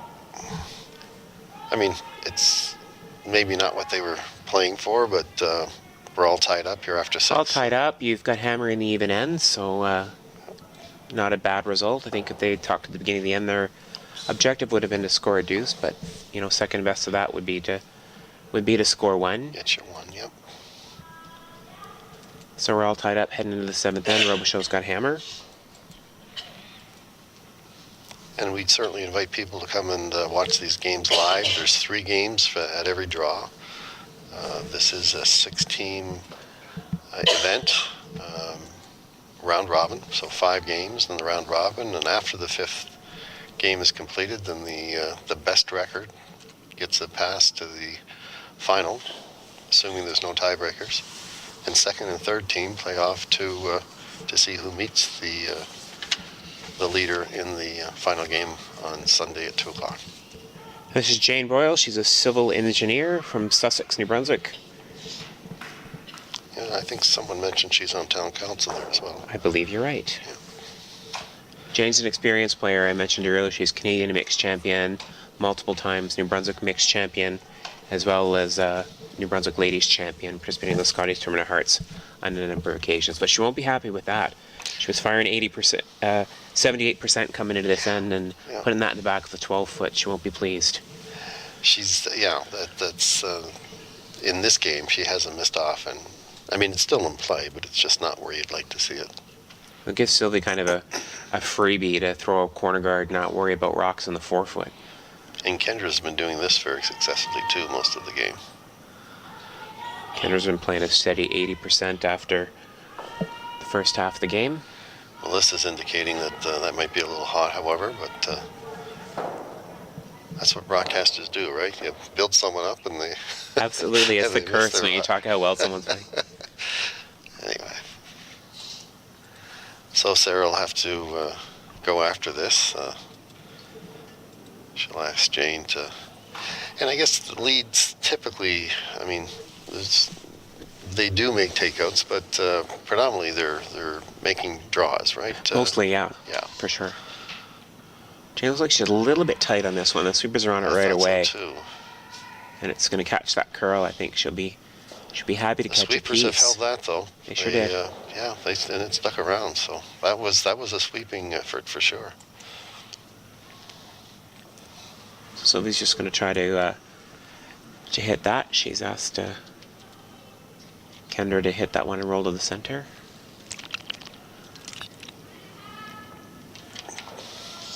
Kendra's going to want to make sure she gets out to that broom. This is that spot. Maybe a little bit past that spot, I guess, that curls so much, but I think she may have pushed that out a bit, Daryl. yeah, she's they're not touching it. She's really wide, actually. She's going to be lucky to curl it and catch a piece. But you know what? Look at this. Look at the finish. Her weight, I think, saved. Oh, no. I thought she was going to get more of it. Yeah. Man, she was a solid 2 feet wide of the broom on that one, Arnold. So Kendra, and you know what? Kendra will be happy with that. It looked like it was more direction. You know, like actually not sliding out to the broom. Just kind of forced it out on a release, right? Yeah. So great opportunity for Sarah Mallais to put a little bit of pressure. She's asked Leah Thompson to draw one sort of tight to the rings, I think. Where would she like the center line? And yeah, sort of right in front of that shot rock. I think the call was into the rings. Yeah, this looks a little deep as well. We're not brushing it much. It'll start to move here, but still, I think it's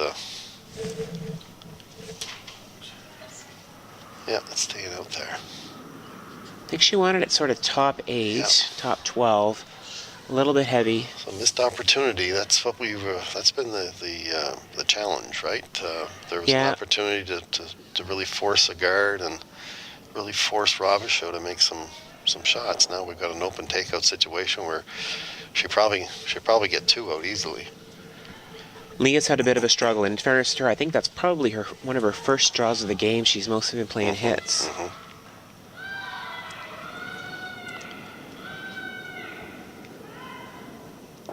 So Melissa's letting Sylvie know that this has got bumper weight or better.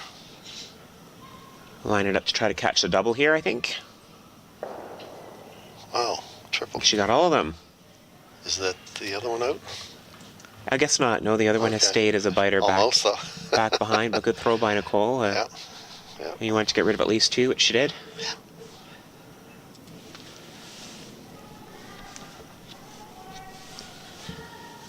All right, so Leah, opportunity here to take this out in line 2.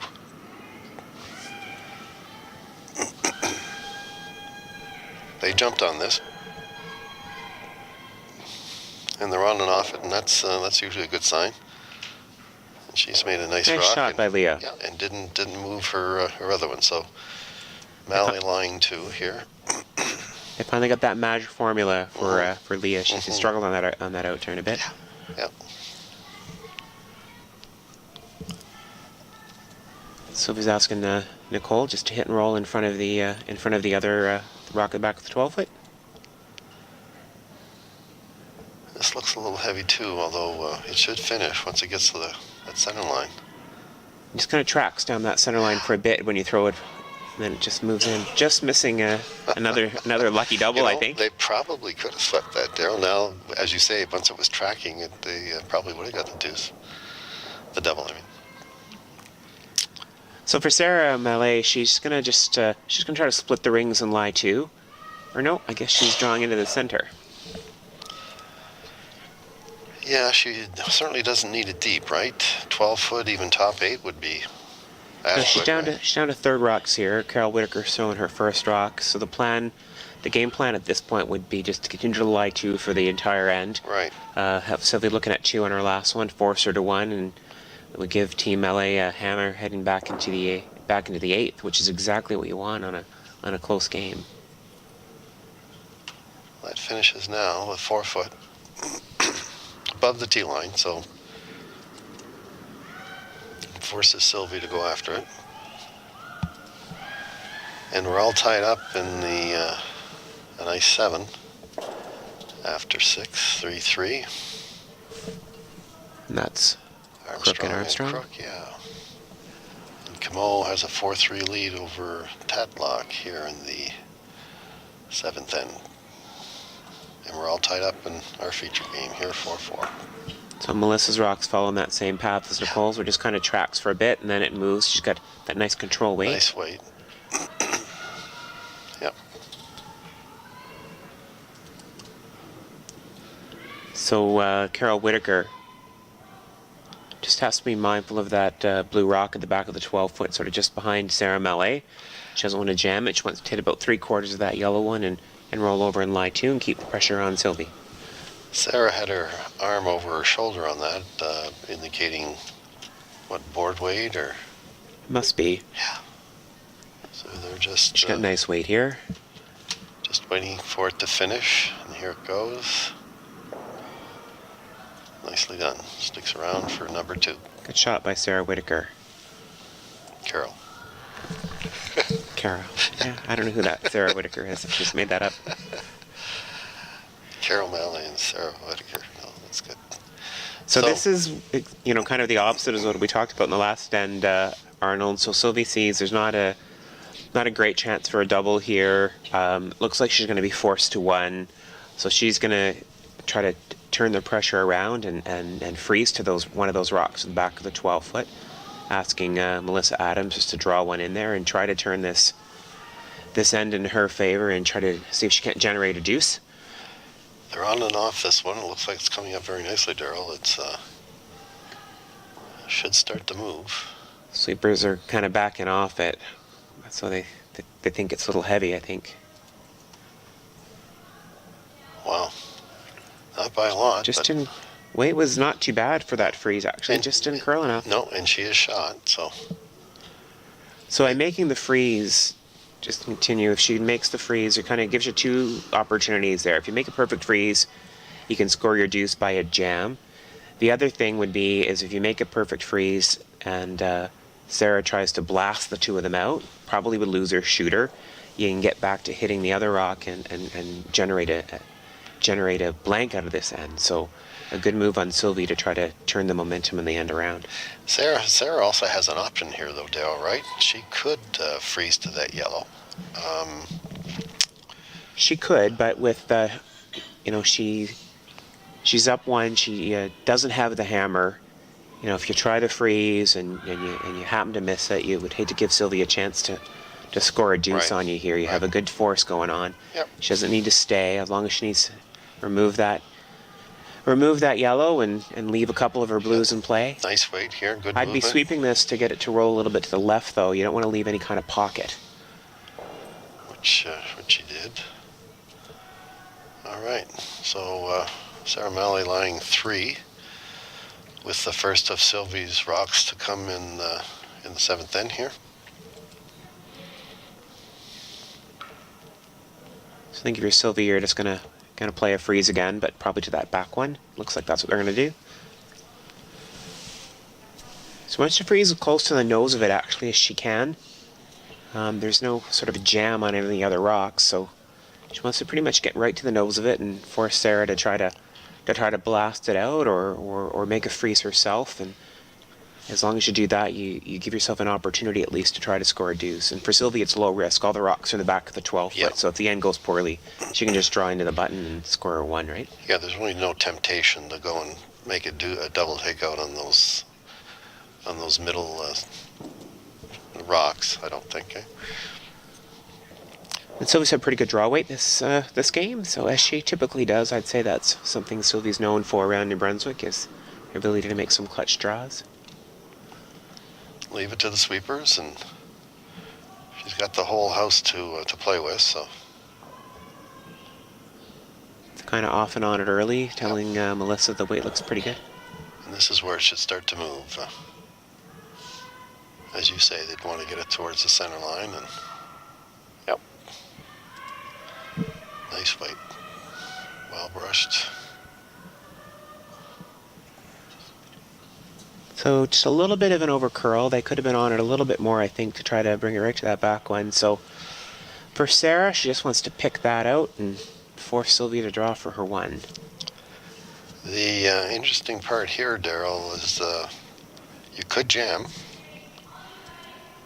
Yeah, it looks like if she was to jam on that biter at the back of the 12 foot, that would leave the yellow out, handling the other 2 blues are in the rings. I don't know where the shooter would go. So she wants to be careful. She wants to let it track right down that center line and lose the everything. Shooter, right? Lose the exactly. shooter. Don't worry about that. Yeah. And even if she loses one of the blues at the back, that's fine. But she needs to get that yellow one out. Yep. So the last of Sarah Mallais rocks here in the 7th end, and She fired a lot of weight. She put it out a little bit, so it's going to need to curl. Looks like it's coming up now. She got a good one, I think. yep, mission accomplished. So the force is on for Sylvie. There's really no double attempt there, right? No, she couldn't risk it, so she'll just try in for her one. So good end by Team Mallais. You know, there was a miss by Robichaud early on and gave them a chance to lie two, and they really kept the pressure on that for the entire end. So they'll be pleased with that end. For Sylvie, it's just the same shot she just played. A lot of close games here this afternoon, Daryl. The girls are all playing well. Once again, we'd like to thank our sponsor. Of course, the major sponsor here is Kruger Products Canada, Bob Lee Productions, Kevin R. Williams, Sun Life Financial, Deloitte, Uni, the Superstore, Atlantic Superstore, and Shoppers Drug Mart, TD, Kirkwood Diamond, and KKP. Thank you very much for their support. So well done by Sylvie. So that one was a little heavy, and you saw the experience of Melissa Adams. She was calm with sweepers on. The sweepers didn't want to sweep it because they thought it was heavy, but Right. Melissa saw the line on that back one. She's going to make sure we hit this, so even if she's heavy, I'm going to be fine. And no worries there. So that's 1 point for Team Robichaud in the 7th end. So heading into the 8th end of play, Sylvie Robichaud leads Sarah Mallais by a score of 5-4. Daryl, is kind of telling too when you see they're pretty well after each end. The four of them get together and there's all smiles. It's a nice atmosphere out there on both squads. Absolutely, and it's nice to see the teams do that. You know, do a lot of coaching myself, so I'm always watching how the team's interacting. So I love to see that they're having a little powwow between every end. And communication. And they're going to talk about what do we want to accomplish this end. You know, what did we learn in that end? What's our objective this end? So if you're Team Mallais, you're thinking, this is the 8th end, we're going to score. So I'd look to see Sarah's team, you know, throwing up the corner guard, being a little bit aggressive to score the deuce, but making sure there's a path open. A 1 point end is not terrible. Puts you in a good position heading into the last part of the game. But you really want to try to force it a little bit. So we'll see if she starts using those corner guards and freezes a little bit to try to generate a deuce here. Yeah, take it one in at a time, eh? Daryl has just passed some information here that the teams start with 38 minutes of playing time. There are 2 90-second timeouts. The time remaining right now for Team Mallais is 12 minutes and 40 seconds with 2 timeouts still available. Robichaud has 13 minutes and 38 seconds with 2 timeouts available, and that's after 7 ends.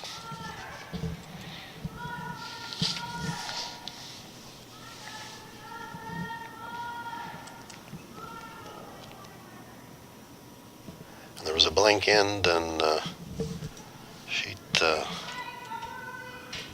8. Well, no, that was the blank end was in the 6th end, so we'll wait to see what the score is after 7 on sheet 8, Tatlock and Como. So Mallais is going for her deuce here, as we discussed. She's asked Jane Boyle to throw up a corner guard, which she's done. Yes. Just barely hanging on, short of the ring. So ignored the shot rock in the rings. I think it's short of the ring. Sylvie's looking at it. It doesn't look like it's in from here, but Our she overhead really can't. our overhead it's not clear to us. But she's asked for a measure. So that's the one time when you're allowed to measure during an end. It's because of the free guard zone rule. You're not allowed to hit a. You're not allowed to hit a. You're not allowed to hit a rock that's in the free guard zone area. So Sylvie's asked to measure the official Lawrence Forbes to measure to see if this rock is biting. Of course, it's biting. She can hit it. And her clock will stop. So while this is being done, so it is considered outside. So it cannot be touched. So good shot by Jane Boyle. That's the difference between a perfect shot and a terrible shot. It's just that little measure, right? Yes, had it been in, it would have been taken out. Yeah. So Kendra's being asked to center guard perhaps. Yeah, just trying to guard that shot rock in the top of the 8-foot. Kendall shooting at 70% heading into this 8th end. Perfect They're on not our laying first much. one. Yeah, they're not laying much of a broom to it, so they like the way it's coming. It'll finish for them. So you see Nicole just kind of brushing it on the inside, trying to get it to carve over there at the end. Which it did nicely. So you can see about half of that rock, I think, from the hack. So I think Sarah's going to probably ask Jane just to throw like a lightweight hit and try to hit it and keep her shooter, possibly even roll behind the corner guard. And if she makes contact with that top one, Daryl, it's not the end of the world either, as long as she doesn't hit it in the rings. Right. But, yeah. They're nice. They're debating, I guess, now whether they want to. Looks like they're going to just play a straight draw around the corner guard instead. Jane's playing at 79%. And that's decent for a front end, so.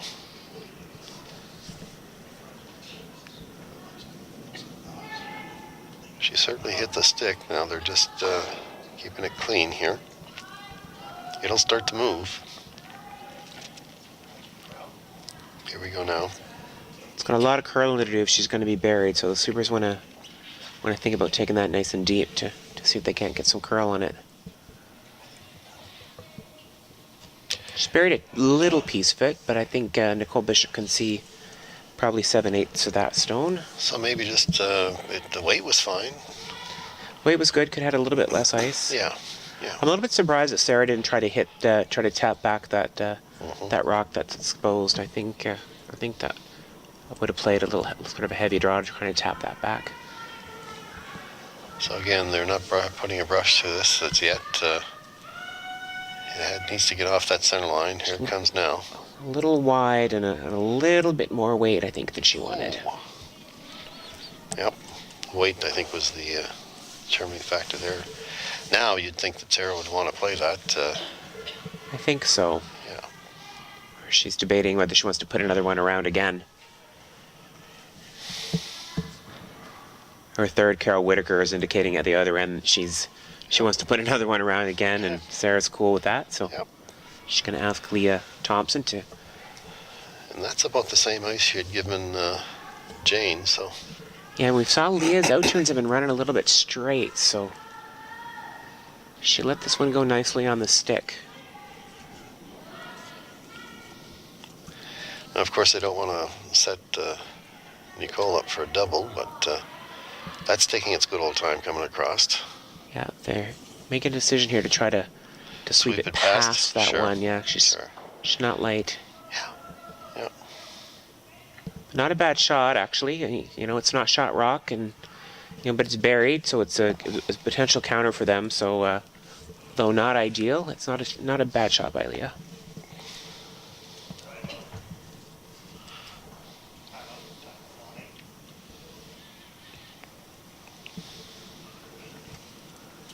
So Nicole want to throw a little bit less weight on this one.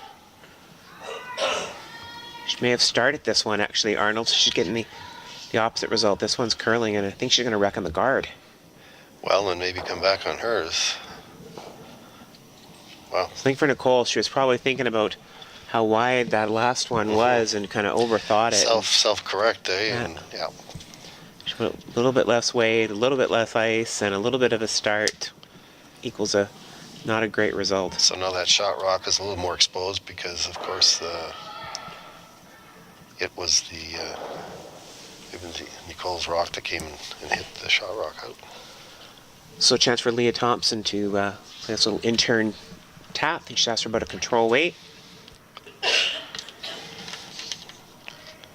They're not. She let it go good. It looks like it's going to move, though. I think I'd be sweeping it. I thought so too. Yeah, just a little bit late on the sweep, Arnold. I'm not sure if she's going to get by. Wow. That's really unfortunate for Leah because she threw that well, and they were just a little bit late calling the sweep. Yeah. And I think her weight was better. It was nice control. Yeah. Yeah, you could just see it wanting to curl, and they waited a few feet too long to get the brushes on it. Just not taking advantage of those opportunities, Fortunately, they stayed around, so she's number 2 and 3. But Melissa Adams has a chance here to hit and lie 2 to take away the deuce opportunity.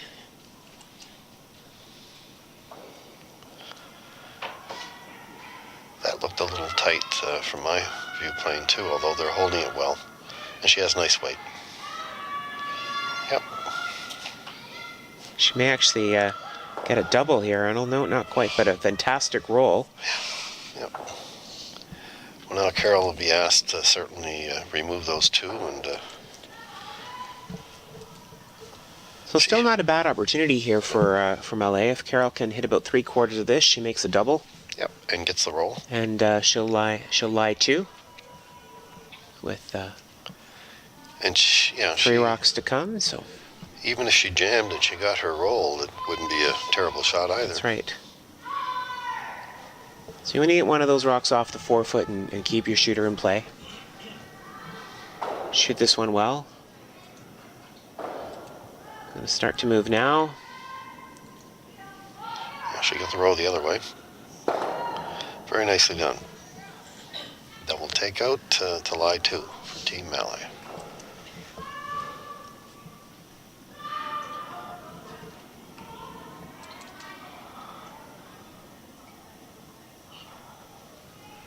So after 7 ends of play, Jennifer Armstrong is leading Samantha Crook by a score of 5-3. And in the other game, playing the 8th end, Justine Como and Shannon Tatlock are all tied up at 4, with Como having hammer in the 8th. So this is the last of Melissa's two rocks in the 7th end.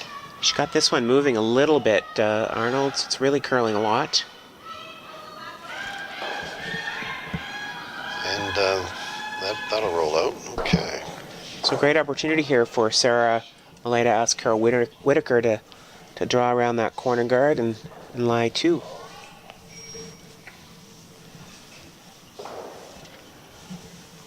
Yes, and that's an area the ice that they know what it does there, so they should be able to bring that in nicely. And you don't need to be deep either, Daryl. No, top of the the perfect 8 foot. spot is top of the 8-foot, buried behind that guard. Carol's playing 71%. She played a lot of hits, not a lot of draws Right, so far. Right. Now they're not laying a brush to this. Looks like it's tracking a bit, so it must be on the heavy side. Yeah. Again, those missed opportunities. The last thing you'd want is this to go through, but I think it's going to hold up. I'm not sure. Yep. Okay. So dodged a bit of a bullet there. It would have been terrible to throw that through. So next up is Sylvie Robichaud, our skip from Curl Moncton. Sylvie's the top shooter on the ice at 84%.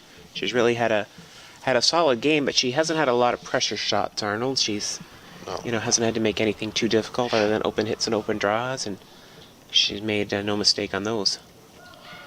No, for a skip at 84%, that's certainly right up there. Yeah, you're going to win a lot of games in this tournament if your skip's playing 84%, I think. Yep.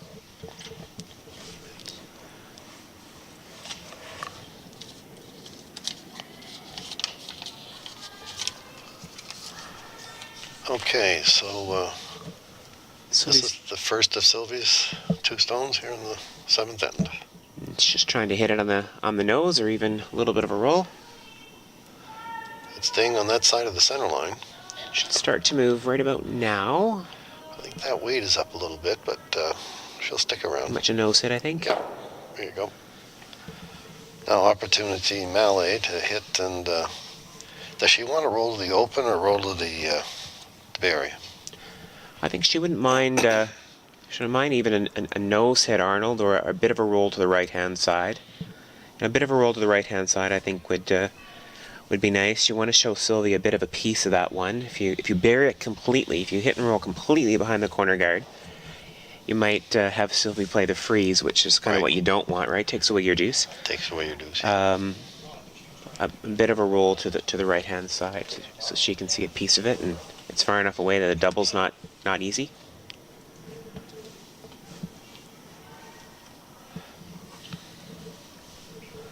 So we've seen this path a few times, so Sarah just wants to throw that nice control weight. It'll it'll run about 3/4 of the way down the ice and then just break nicely at the hog line. And again, as we said earlier, this sweeping ice, the sweepers can control this pretty well. She's a little tight on this one, so they're on it right away, but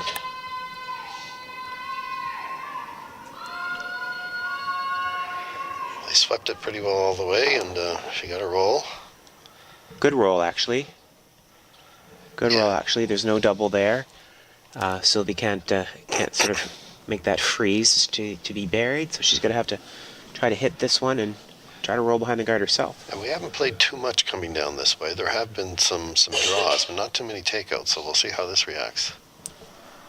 It's completely exposed, although, like you said, we haven't played any down here at all, so Sylvie will want to make sure she throws a nice solid control weight.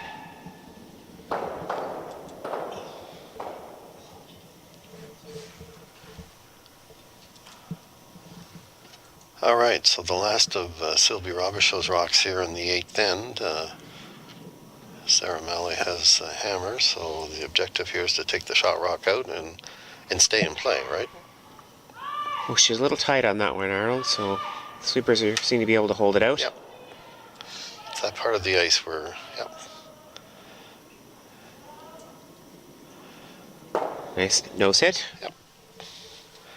So Sarah pretty well has to duplicate that shot and to get her deuce, the first deuce for her in this game if she's successful. But great timing to score one. You know, down one, play in the 8th end. She can score a deuce here. Gives her up one, play in the 9th, and ideally having hammer for the 10th end as well. So this is a big shot for Sarah. Quite a change, Daryl, on ice 7.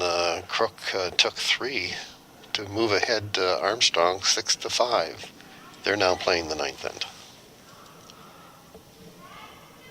Yeah, that game's been a little bit back and forth. Yeah. Tatlocks, they're all tied up 4-4 with Skip's rocks to come.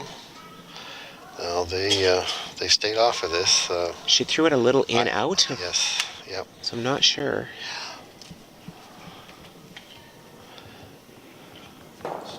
Little in-out and quite a bit of weight, I think. Missed opportunity, yeah. Sylvie had nice weight on hers, so that's what Sarah needed. But not the end of the world if you're Team Mallais, as we said in the beginning of the game, that at the beginning of the end, you're ideally you want to score 2 here, but even scoring 1, it was important to score in the 8th end, so they're all tied up heading into the 9th end. So if you're Team Mallais, you're talking about how you want to try to force Sylvie into taking 1 in the 9th. Yep. And if you're Team Robichaud, I think they're probably thinking they want to blank. Blank this and have the hammer for the 10th end. Again, the teams congregate at the hog line and discuss what just took place. So, and their strategy, as you said, for how they want this end to unfold. I think we'll see Sarah.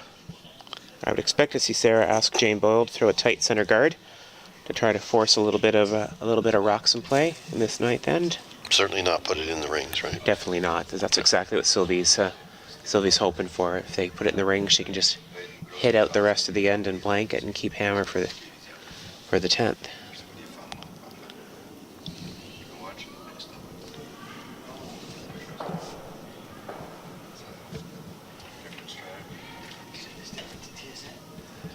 And Como has just scored her point to go ahead 5-4 after 8 ends over Tatlock on sheet 8. So Sarah did ask Jane to throw that center guard, and Jane's got a nice one up there. A little deep. No, she's good, eh? So outside the rings, it cannot be removed.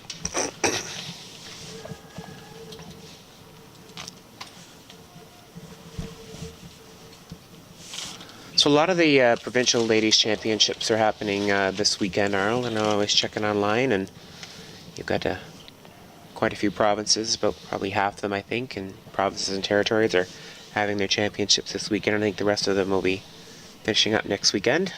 Right, and the Nationals the 27th, right? The 27th of the month? Yeah, everything's a little bit earlier this year. Generally the Scotties are sort of mid-February, but it's a little bit earlier this year because of the Olympics. And of course, the mixed doubles championships happening in Portage La Prairie to pick our Olympic team. Right.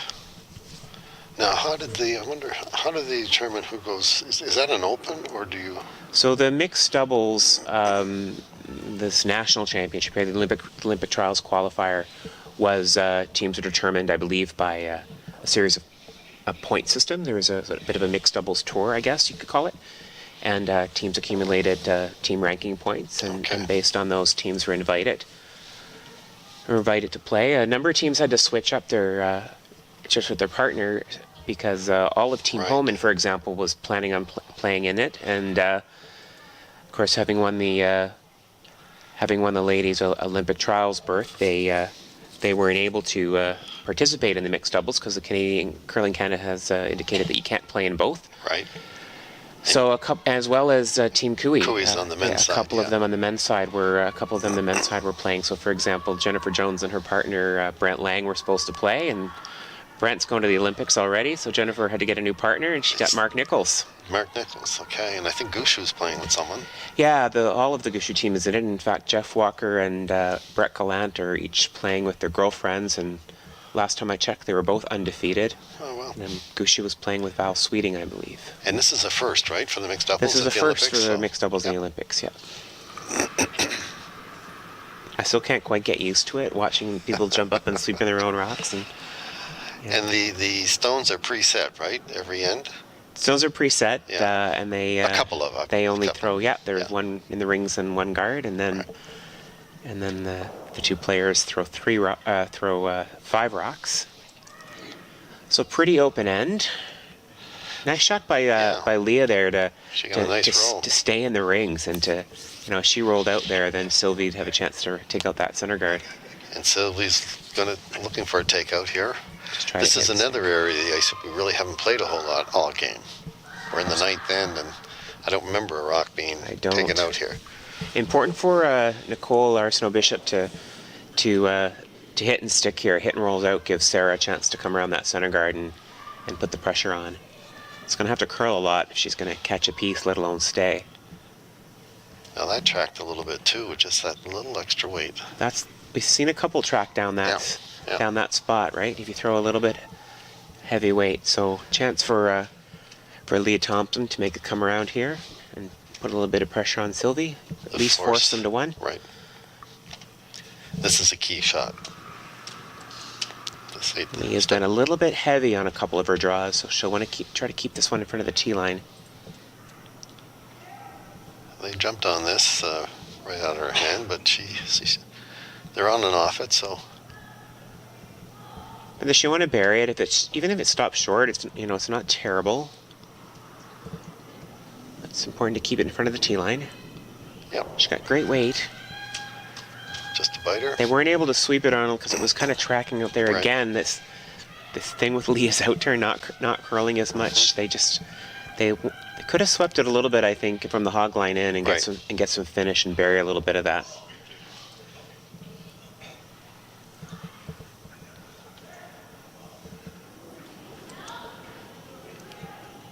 But they're line 2, so still a good chance for a force. So Nicole's being asked to take the, I guess that'd be the shot rock on the center line out, which she does nicely and sticks around. So I'm not sure if that one rolled into the rings. I don't. But they can still play on it, right, Daryl? Yes, they can. We're beyond the 4 rocks. It looks like it's biting, so she has to hit it. I think she can't leave that there. Oh. So she can hit about 3/4 of that, and still miss that back one at the back of the rings and leave her shooter out front. So Sarah was asking Kara which turn she'd like, and looks like they're going to go with the out turn. So this is that out turn that sometimes tracks. I don't know if we'll have to see how she throws it.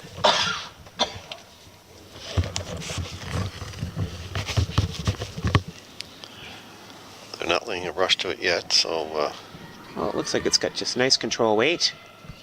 Now it's going across, Daryl. It's really taken off on her. Well, that's not terrible. No, it's a good result. So now Sylvie's got a decision to make. With a couple of rocks in play, she can't really, she's got to start thinking about, she's going to be forced here. So Melissa just asked Sylvie, Daryl, if that last rock of Carol's is on, and it isn't. So given that it looks like she's going to be forced here, Sylvie's going to take the opportunity to use the corner guard that's up there now and try to get one in around herself. Try to generate a deuce.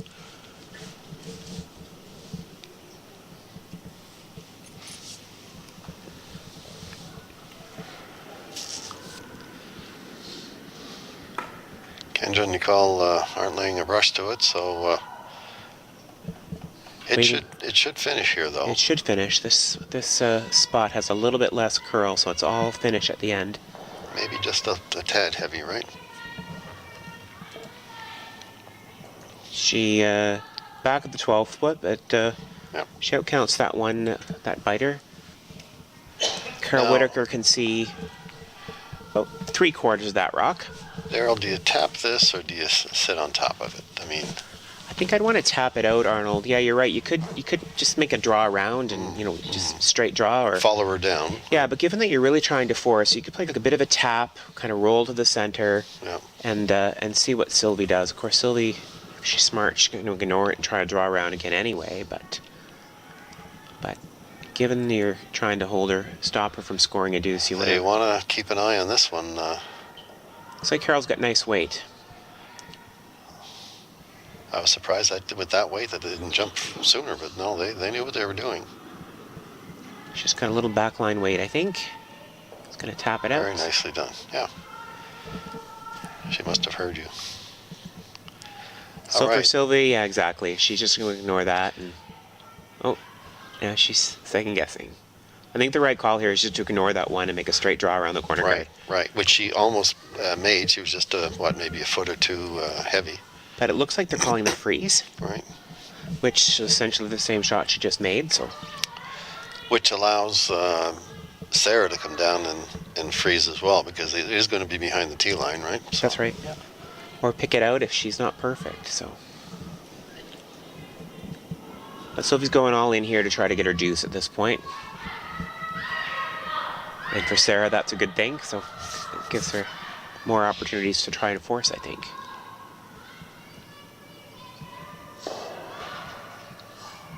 Looks like Missy's got nice draw weight on this one. Yeah. Very nice. So not quite There's to a the bit of separation there. bit of separation, but it's a little bit dicey, Arnold. If she hits it on the outside, you can see of this biter over here on the left-hand side of the screen that they need to be worried about that. So she's going to try to pick it right through the hole. The last thing you want to do is, when Sylvie comes to shoot, already be lying one and be able to set up her deuce. I mean, that's right. So the big question here is going to be weight. We saw if you throw a sort of a controller or a normal weight, it'll track a little bit down here with this out turn. If you throw the nice sort of soft weight like Carol threw, it'll curl up nicely. So they're going to make a decision on what kind of weight they're going to throw with that ice. It looks like she's going to throw that sort of lighter weight. Tap back weight. Yeah. So the sweepers are there. You saw Carol indicate backline weight. Backline, yeah. So the sweepers will need to be on their toes and let Carol know right away what the weight is, because with this weight it will curl. This is where that communication comes into play. As soon as you see it like it wants to move, that's when you got to call the sweepers on and just trust that it'll finish at the end.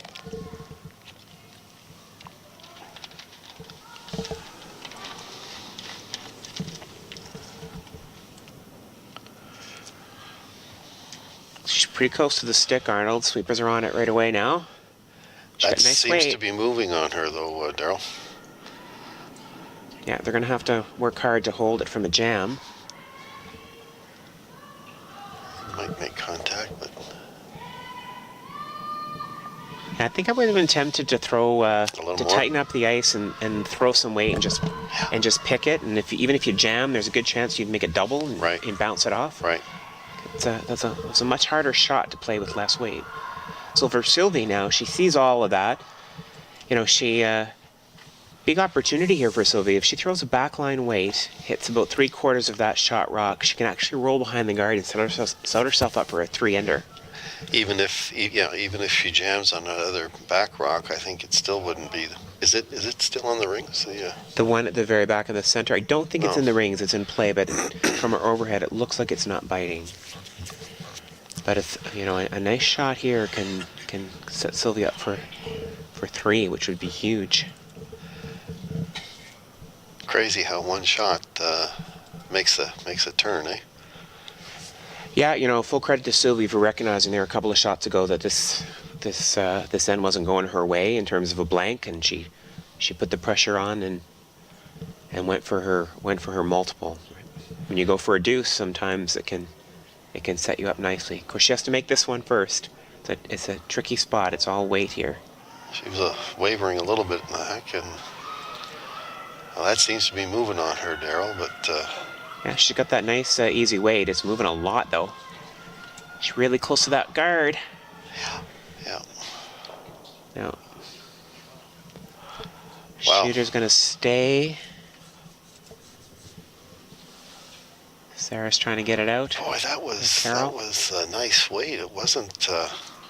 Yeah, it really took a dive, didn't it? I was really surprised it went that far.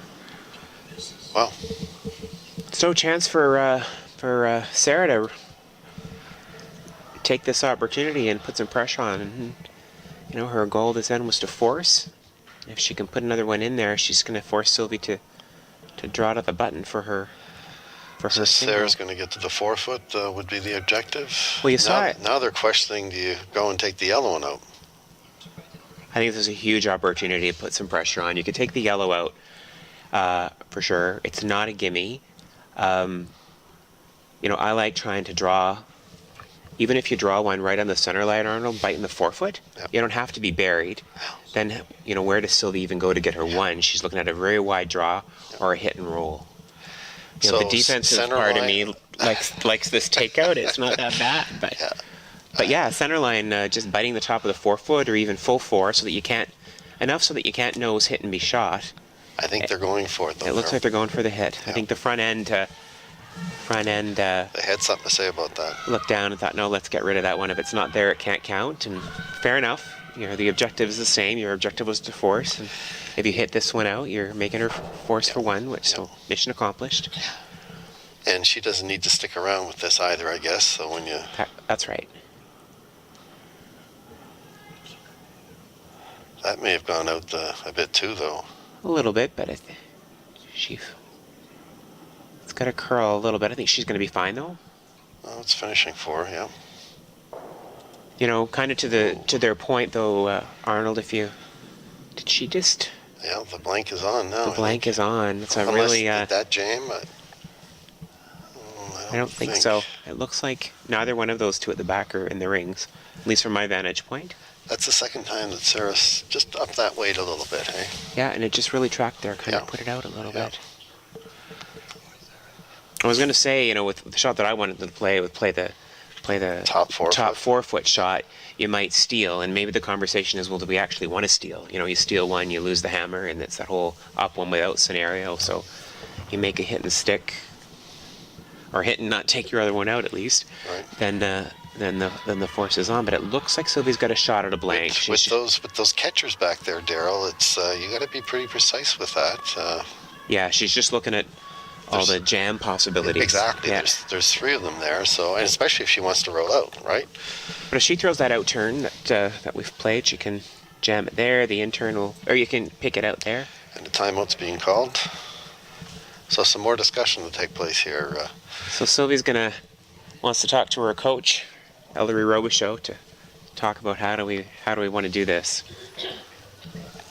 Teams have 2 timeouts, and neither one have taken any yet.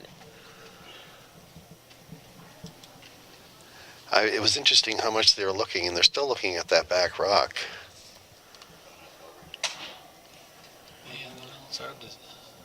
It's hard to tell when you look at our overhead. It looks like it's not in, but camera positioning and whatnot, it's not always easy to tell.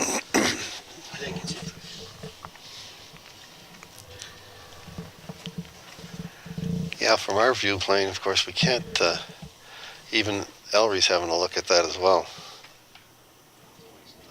Sylvia already seems to have her mind made up. So he's very decisive. Yeah. She doesn't spend a lot of time chit-chatting.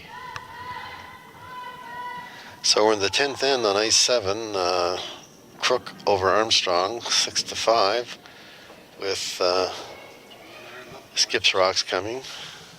Or I guess no, Mate's rocks, yeah.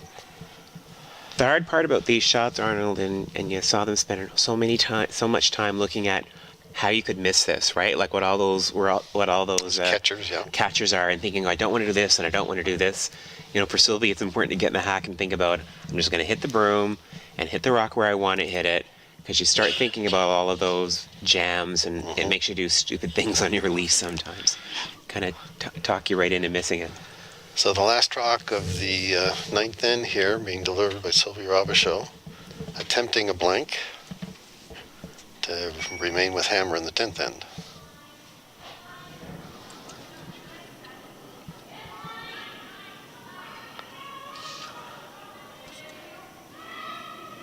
Sweepers are on her right away. Looks like it's Yep, she's got nice weight. I don't think like she's she's going to gonna get her blank, stick. though.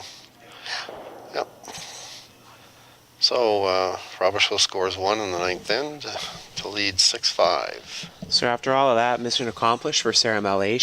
She wanted to force a single in the end. I don't think it really went the way she wanted to, but she got the right result. That end really went from Sarah possibly scoring 2 to 4th. Well, she made the 4th, that's for sure. Yep. So it'll be interested to see, Arnold, how they play this last end. So Robichaud up 1 without the hammer. I think she'll ask her lead, Kendra Lister, to throw a tight guard. Or maybe she'll ask top 4. Everyone plays this a little bit differently.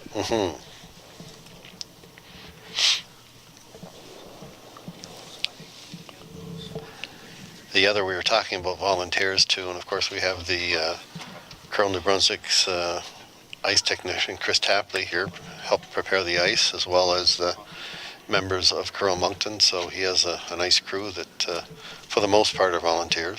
Chris is a paid ice technician, but the others lend a hand, so it's great on them.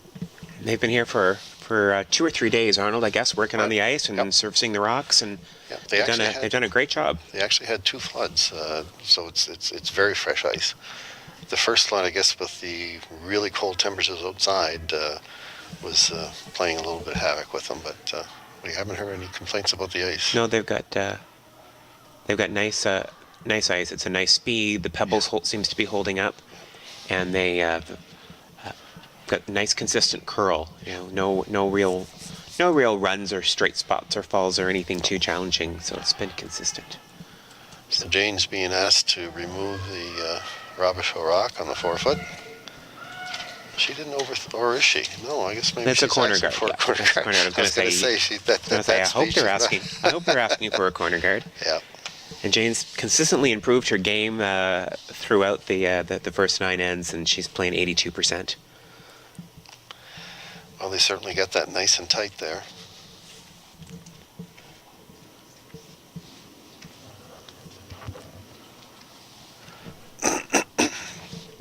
And Kendra Lister at 75% is being asked for a tight center, I assume.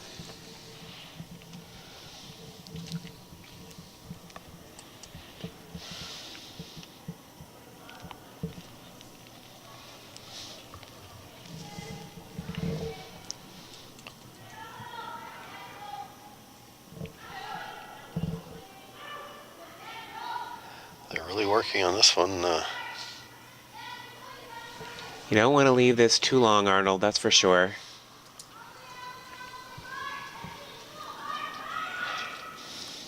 So it's a pretty long guard for this curly ice, Arnold, and it's the shot rock is at least half exposed, I'd say. So she won't be too happy with that.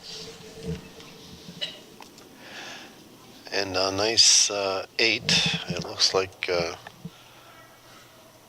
Como has stolen one in the 9th, so ahead 6-4 in the 10th end over Tatlock.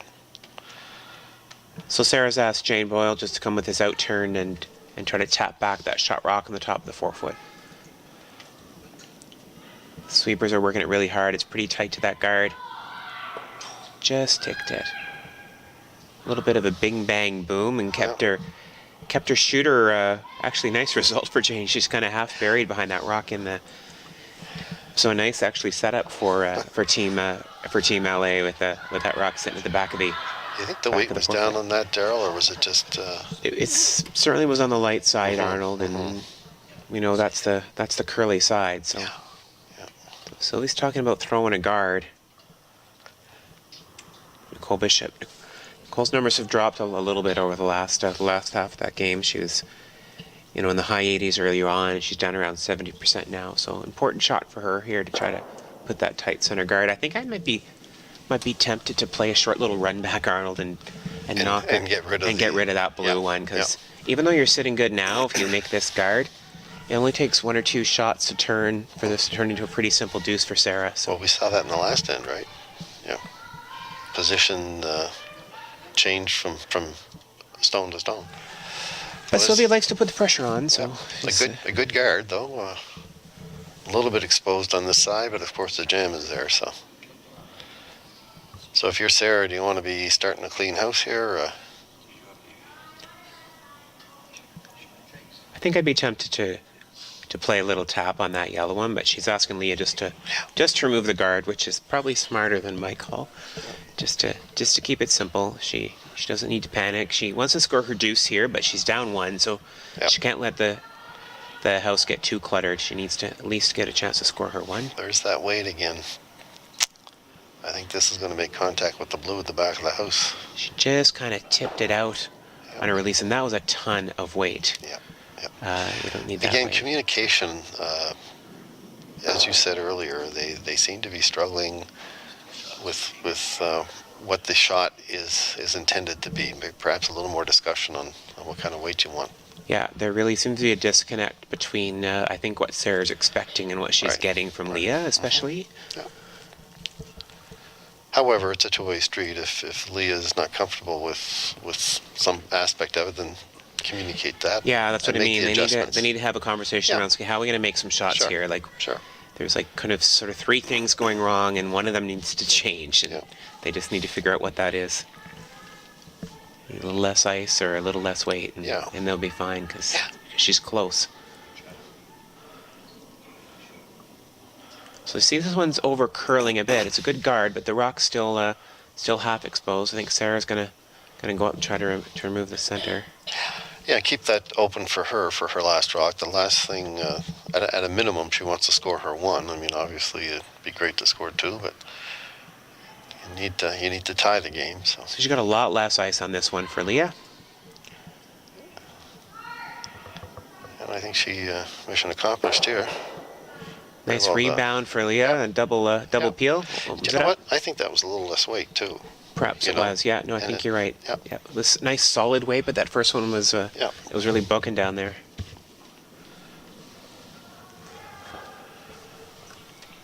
So for Sylvia, it looks like she's committed now to this almost like a steal strategy. So she's going to keep guarding that rock on the top of the button.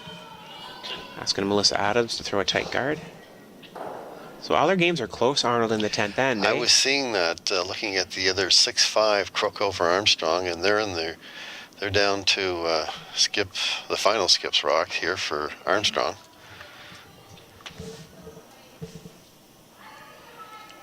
And in the other game, Como was leading Tatlock by a score to 6-4, and Tatlock has hammer. And they're at Mates Rock, so as we are here. Not a great shot by Melissa there, putting it right into the ring. So gives Carol Whitaker a chance to make a double, and she can actually make the double and get a bit of a roll. Yeah, they've got a bit of a corner guard situation going on there. So again, as I think I've sound like a broken record, it's important to keep the shooter here, right? Like ideally you want to make the double, but keep the shooter in play, give her a chance at a deuce. Yeah.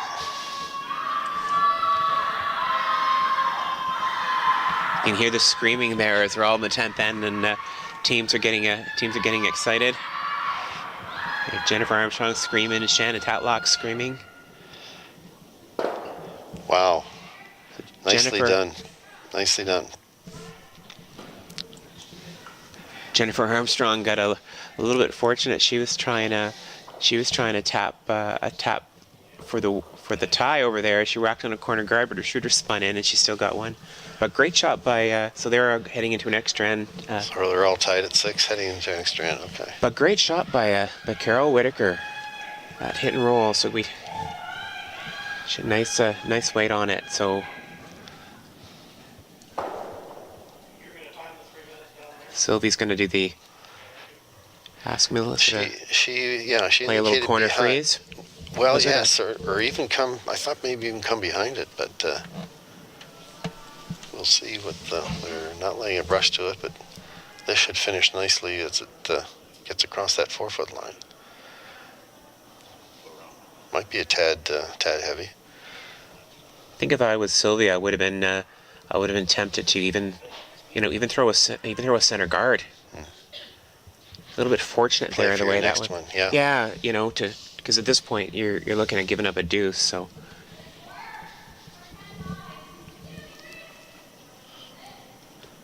a little bit fortunate there. It looked like Melissa's almost caught something at the top of the 4-foot. It looked like it was heading for the back of the 8, and it just kind of ground in and stayed in the button. But it's pretty much wide open for Carol. She wants to hit this and roll wide over to the other side. They're not touching this. She might be a little hot. It's starting to come up a bit now. I don't think she'll stick around, No. but A lot of weight again. Yep. Just that little finesse shot that. So Armstrong takes one in the 10th, and they're all tied up. It's 6-6. So they play a full end, and I think they're allowed one timeout. That's right. Yeah. So Sylvia's looking for the same shot again here, that in-turned draw. She thinks she can kind of get a little bit behind everything, so And that's kind what of she was bury a looking corner for, in right? behind that rock in the 8-foot. Right. Pretty much the same shot as you said that she asked Melissa to do. So this is the first of Sylvia Robichaud skips rocks here in the 10th end.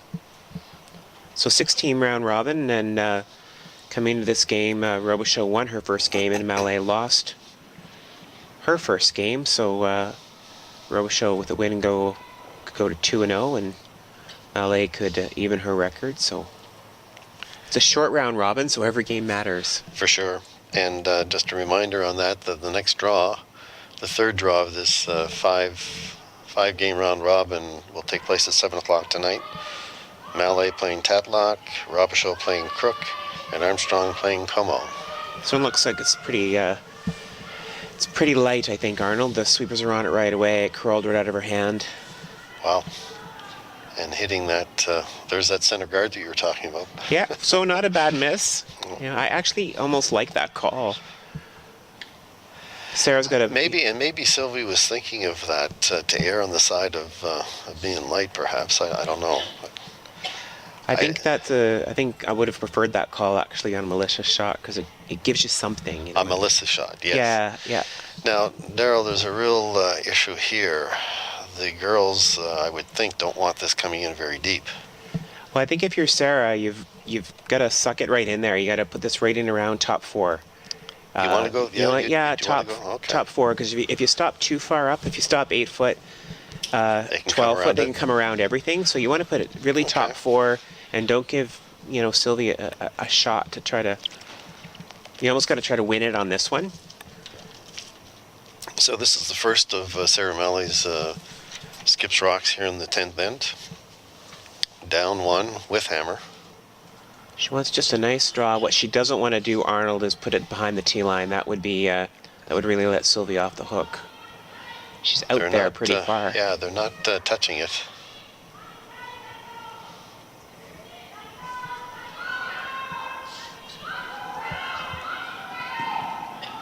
Now you might also bring it, huh? Yeah, that's not good.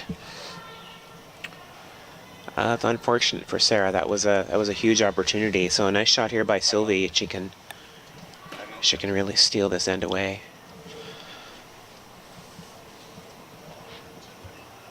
Sylvie's called a timeout, I think, but just to give herself lots of time, not to have a a consultation with her coach or anything, but just to make sure she has enough time to throw this last rock. We've got 1 minute and 50 seconds. So lots of time. Yep. She just wants to. And 2 minutes and 3 seconds. She wants to take her time in the hack. Yep. So huge opportunity here for Sylvie if she can, try to get one buried behind that center guard that she just threw up by accident. So she needs a piece of the forefoot. And that will come there, Daryl. It's been doing it all game. Absolutely will. Of all the spots to make it come around, I think this is the best spot in the ice.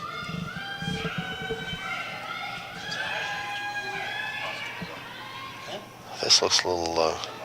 It's not curling, so it makes you think it might be a little bit heavy. It's starting to come down now. Starting to come now. Starting to make its move. Oh, looks like she's going to have a nice one. Starting to come now. Huge finish there. Kyle Whitaker's jumped on it right away, I think. Who have we got? I do not know which one's closer.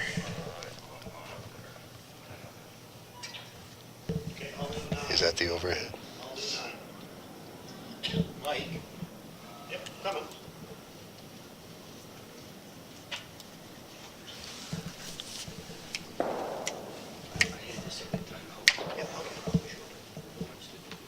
I think the blue one is closer, Arnold, from this angle. Is that our overhead? That is our overhead shot. No, that's this one. So I think I think the blue one's closer. So from where I'm sitting, anyways, I'm not 100% sure.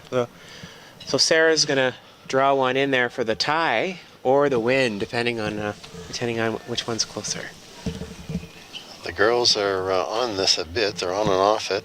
I think she's a little heavy. I wouldn't be sweeping it. No. And Sylvie certainly seemed to glide once it got to the forefoot. Wow. Oh, that took a little bit of a spin. It sure did.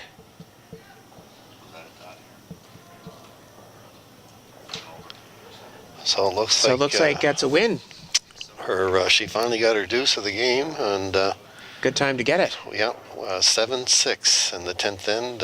So that's Mallais' first win of the tournament, and Sylvie her first loss. So it's 1-1 for them. So in the other games, Team Justine Como had a win over Shannon Tatlock. So that's 0-2 for Tatlock and 2-0 for Como. And as mentioned, the other game is in an extra end. Jennifer Armstrong and Samantha Crook, with Crook having the hammer in the extra end. So that concludes our broadcast for this afternoon. Arnold, thank you, and thanks everyone for joining us. Reminder that the next draw takes place at 7 o'clock here at Carl Moncton, corner of Lockhart and Essex. Looking forward to it. Very enjoyable. Good deal.